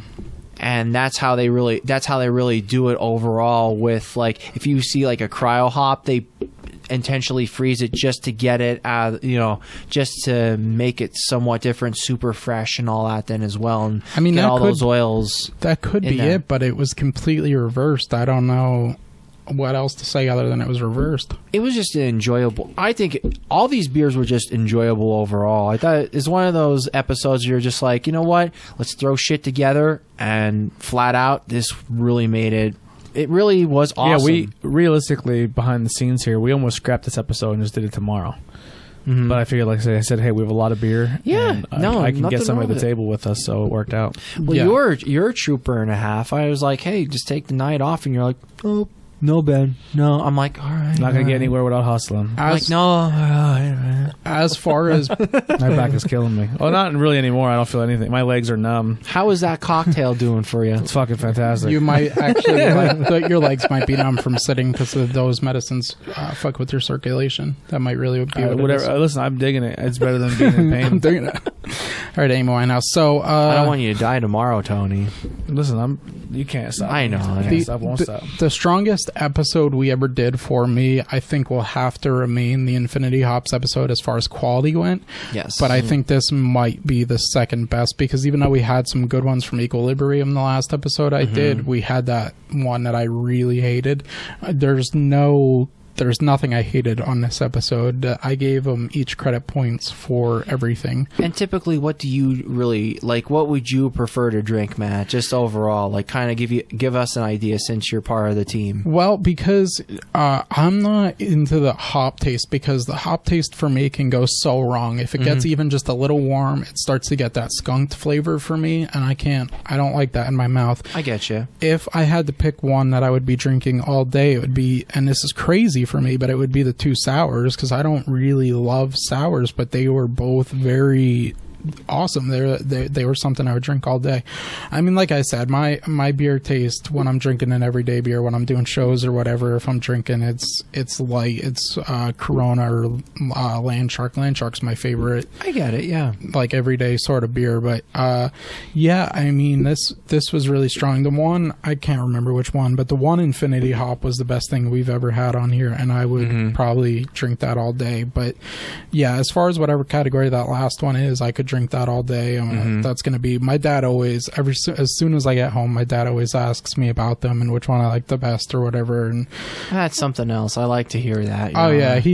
Yeah, I felt bad because the last couple episodes I haven't been able to take him one, but yeah, he always wants to know what I think about it or whatever. And the last one is definitely going to be the conversation, and then the new trail is definitely going to be the conversation.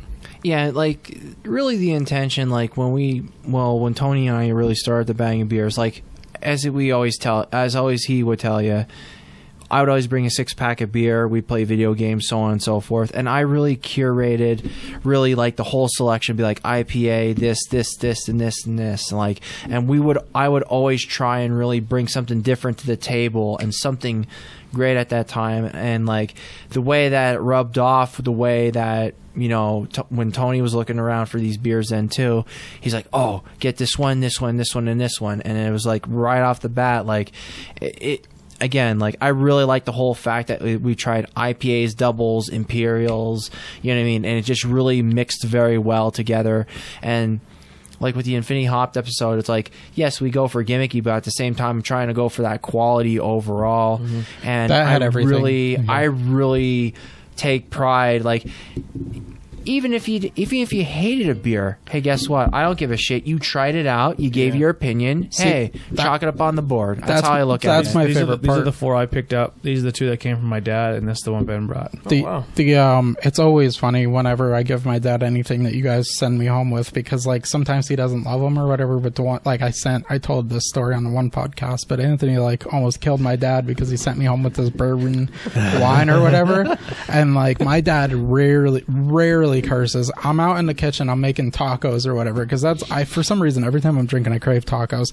So I had this stuff at my house, I'm cooking tacos, and all I hear from the other room is my dad go, holy shit. And he goes, what is in there? Like my dad just like flipped out because he's never had like a bourbon aged wine or whatever, and it was so he came into the kitchen, he dumped like a bunch of sugar, and he's like, no, it's pretty good. But he's hilarious. So what do you got to plug, Ben?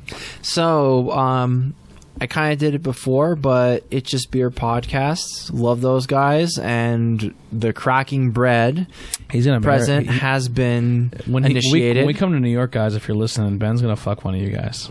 Uncle Dan, I'm coming for you. He's gonna, no joke, no pun intended. He's definitely giving one of you guys a mouth hug. He's about it. No. Make sure you're not wearing pasties. But seriously though, you guys are gonna really like what I actually packaged for you. What we're gonna do when we go up there is we're gonna have like the best beers in their area. They're gonna hit us up with the best stuff that they can find in their New York area, and we're gonna bring what we like from Pennsylvania. Probably like Rotunda, New Trail, Trogs. I want to bring a Chetty. Tony, you have to take a Chetty. Tony, I'm gonna tell you right now. I was talking to Josh, and he was like, I'm going to be sending a lot of coffee stouts and some citronella IPAs because you hate the smell of citronella and you hate coffee. And he's like, I never said I didn't like the smell of citronella. I thought you did on one episode. I might have, but I'll try it. That's an IPA. I'll get through it. It was just like the coffee. He's like, I'm like, oh my god, like Tony absolutely fucking hates stouts. It was just so funny. They all taste like coffee. You know what I mean? But they all taste exactly the same. I've never had a stout that it's going to be a stellar package. It's a heavyweight, no pun intended, and there's a lot of dark stuff in there. I'm just going to leave it at that. And those guys, even Dan, Mr. Buyer, or Dan the Viking, as I like to call him, he's like, hey, listen to your podcast. Really appreciate you and supporting us. So they're good guys. We got a good little like system going on. Without a doubt. And if you're listening too, when I actually sent out to Beerman D Beer Man, if you're listening, I actually have a little care package coming your way. I just ordered everything tonight. It's getting shipped to you. He actually gave us a bunch of stickers, the guy from New York, and he said when we go up to see the It's Just Beer podcast guys, let him know, and maybe he'll meet us up there.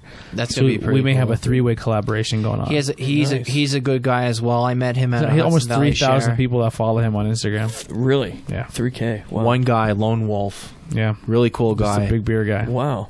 I'm like, hey man, like I'm on. It's just Bang. Well, it's Bangin' Beer. Bangin' Beers It's is just branching Bangin' to the Beers. New York area. It's like Bangin' Beers podcast, and he's like, oh, I do something too, and he gave me some stickers. Yeah. I gave Tony And- some, and he still has the original stickers on his laptop. And Sticker all three on of his them are laptop. here. Yeah. Hypothetical, Ben, if he was like, listen, I have 3K followers. I love what you guys are doing. I will definitely promote you, but you have to jerk me off. Oh, come on. won't I tell- knew that was going to I happen. won't. He'll do tell- it. I won't tell He'll do it. anyone. No. You just gotta help me out. I'm a He's little going to be backed up. like, It'd be like come on, man. It'd be like standing in a room with the Beatles and you turn the lights off and everybody gets around in a circle jerk. Like he'll be like, you could even use your feet. You don't have to use your mouth. man. Like, Not if you use the left hand. not your dominant hand, man. Imagine Dan Craig. Everybody didn't know that Yoko was in the middle though.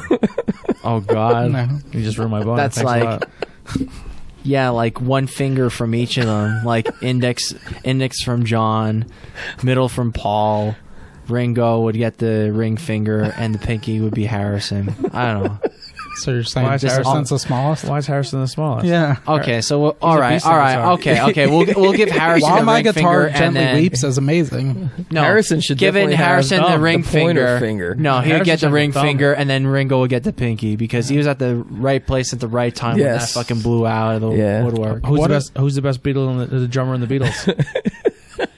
I know there's Not two. Ringo. I know there's two, but it's definitely not Actually, Ringo. to be honest Paul. with you, there was actually 3. Really? So you had, well, obviously everybody knows Ringo. And Yeah. before Ringo, you had Pete Best. Yeah. And then you also had Andy White. And So there's Your dad actually, Best also has a played that. son. Man, we just did a side turn to music. I like it though. there was actually 3 versions of Love Me Do. oh, One with Pete, one with Ringo, and one with Andy White. Which Didn't- one was the didn't- better one? Well, I mean, honestly, my personal opinion, the better one was the one with Pete Best, but the most popular one was with Ringo. Didn't Pete Best also do some bass for them? That was back when they were the Silver Beatles before they were the Beatles. Yeah, okay, that's what I thought. Because I remember listening to him on Howard Yeah. Stern. and who? I don't think and he who did talked your about dad have them, autograph but- from? From Pete Best. Pete Best. Yeah. Yeah, actually seen him in Liverpool. Yeah. Oh wow. That episode's coming out not this Monday, but the following Monday. His dad's vinyl vault. It's just incredible. Eddie. All right. Well, It's actually in the his way that old was bedroom. pitched, it was like the way that was pitched to me. Like I thought you were like, I didn't think it was your dad's, but Yeah. he is. All right. Okay, Yeah, All right, now we're I all know. related. So Eddie Jr. is his dad. Okay. Eddie Collins the third from Crowbot is his little brother. Okay. I love Eddie. Billy Trey is his nephew. Okay. Carrie is his sister. Okay. And then Chris is his brother. Okay. Okay. Eddie was one of the first ones that I ever got like a massive laugh out of at Coney Island. Eddie came to one of my shows. If he's listening, he might remember this. But I tell a joke about I had to start jerking off into condoms because I was tired of ruining all my shirts. And Eddie just like falls out of his chair laughing. I don't know how fucked up he was, but I was like, I don't know if you guys know, but He sometimes related. get these yellow stains on his shirts, and he just fucking like fell over laughing. I love Eddie so much. Yeah. He's Okay. great. So you wouldn't jerk him off. I think you said that, right? What if he said, okay, I'll promote you guys. I'll give you 5 plugs in a month, but I have to duck butter your beard with the lights off. It's still involving me getting touched or me touching balls or dick. Like, come on. He's only putting his dick on your beard. You don't Yeah. have to suck it or anything. But you won't even know because the lights will be He's off. gonna shower. He's gonna shower first. No, come on. It'll be- We can't do that to it poor would be beer like- man D, man. It would be No, like we using can't do beard that. butter. All right. No, All right, here's my no. question for all of you. No. You're in a room, right? Like a 4x6 room. The ceiling, the walls, and the floor are all covered in dicks. How many of them do you choke on? Well, I'm 6'2", so that would Wait, be, the ceiling? The ceiling too. The whole room is covered in dicks. How many of them do you choke on? Well, I'm the just one going to that tell you kills right me. now. One. Well, I'll tell you what right now. I'm ready. I would be afraid if someone was there, like in pitch black darkness, and just pushes me and I fall on my ass. That would be the worst thing. How many of them do you choke on? None. Why? Oh, that's impressive. Call me. Oh, It's a lose-lose. He loses. yeah, it was one of those ones. Yeah, you fucking Dark Souls that shit. It's just If I washed my dick, like cleaned it, like really good, would you suck it? this is a lose-lose one. It is. I'm walking away from How's that. that I'm a walking away. How's that a lose-lose? You should say no. You're like, Then you're a dirty God, dick this is sucker. such a hard decision. Hey, you're dirty. Yeah, you're dirty cocksucker. I just walk away. Like, I'm done. Like, no way. That's a lot of dick gay jokes right there. What do you got to plug? Obviously, I mean, some of the things I want to say is first, thanks. I appreciate you guys for reaching out. Glad I was had the opportunity to come on tonight. I mean, I'd love to do it again. You ever have an open seat? 100%. This Hit was me so up. strong. Not to say like we make a great duo, but this was so strong, conversation wise between all of us. I thought it was Yeah, really it good. really was. I definitely want to say, make sure you guys check out interviews with everyday people. Check out Bangin Beers online. Show them some love. Give them a like on there. As Anthony mentioned before, they got some great merch on there. Hit the. You have a link on there, right? You just click on the link. Yep. Down below. Click on the link, man, within the next day or two, so that these guys can open up the next level of some merch that they can get out to you guys. I want to say a big shout out to my boys in Hooligan and Toolshed. Any local musician act that you're going to follow out there, there's plenty of them out there. But if it's not for you guys, the live music scene's not going to be there. So give them all some love, man. How about Bad Maggie getting in the block party ring? Dude, hey, we gave them the first one last year, man. We welcomed them in to Port Carbon last year. Yeah. So, now the good guys, like I said, I mean, Tyler and I do some stuff on the side. So, it's kind of like you mentioned before, and that's why I love the fact that you guys get the opportunity now to branch out. Like, you're going to New York, you're going to hook up with these guys and do something up there. It's the same thing with like Tyler and I, being in two different acts that everybody thinks, competition, competing. No, it's not that way. We're just trying to build. I'm the same way with other podcasts. Like, I'll see someone else's podcast. I'm like, listen, I'm not telling you this because I think it's not good, but I've made those mistakes before. Like, I feel like you're doing this, and this, and you should change it up a little bit. Yeah. And I'm like, I said, I think like I'm always trying to reach out and help other people because I was in those shoes already, and I do treat this podcast kind of like a band or like the rock star scene because my introduction to creativity and doing that was hanging out with the boys upstairs and being with them every weekend and just kind of developing those attitudes and mind states. So yeah, I definitely attribute a lot of that to that. For sure.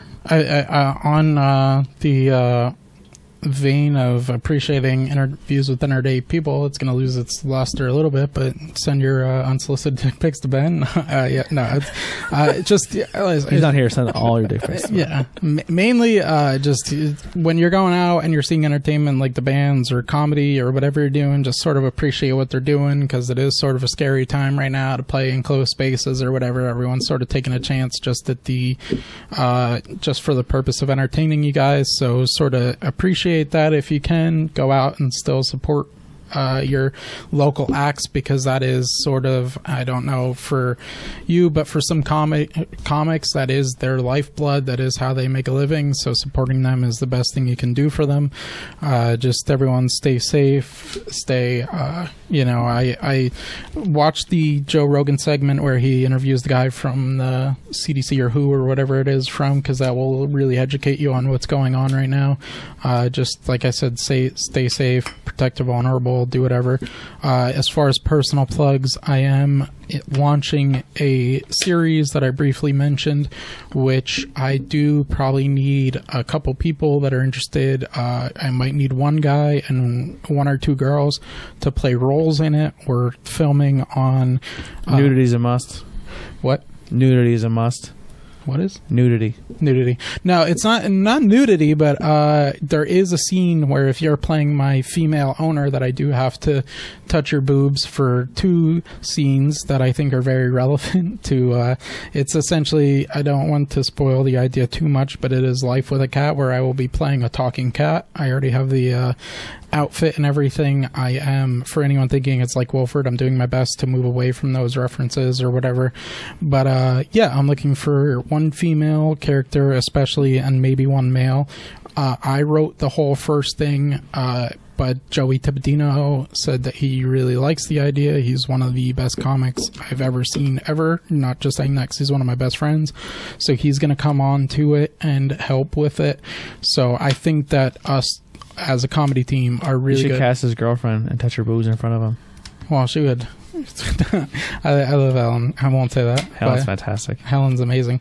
But so yeah, I mean, I think that if you're looking at the climate on the internet, the relationship with cats, message me about this idea because I really actually think that the video could go viral. I really think that this is a solid idea. I've laughed more writing this than I've ever laughed writing my stand-up. So reach out if you want to play a role, if you want to support it in any sort of way, hit me up, but that will be starting as soon as possible. That's really all I have. All right. Go check out the rest of the content on this page. Go check out Hooligan and go see their shows. And that's all I got. Here's some Faith in Exile. See you guys next time.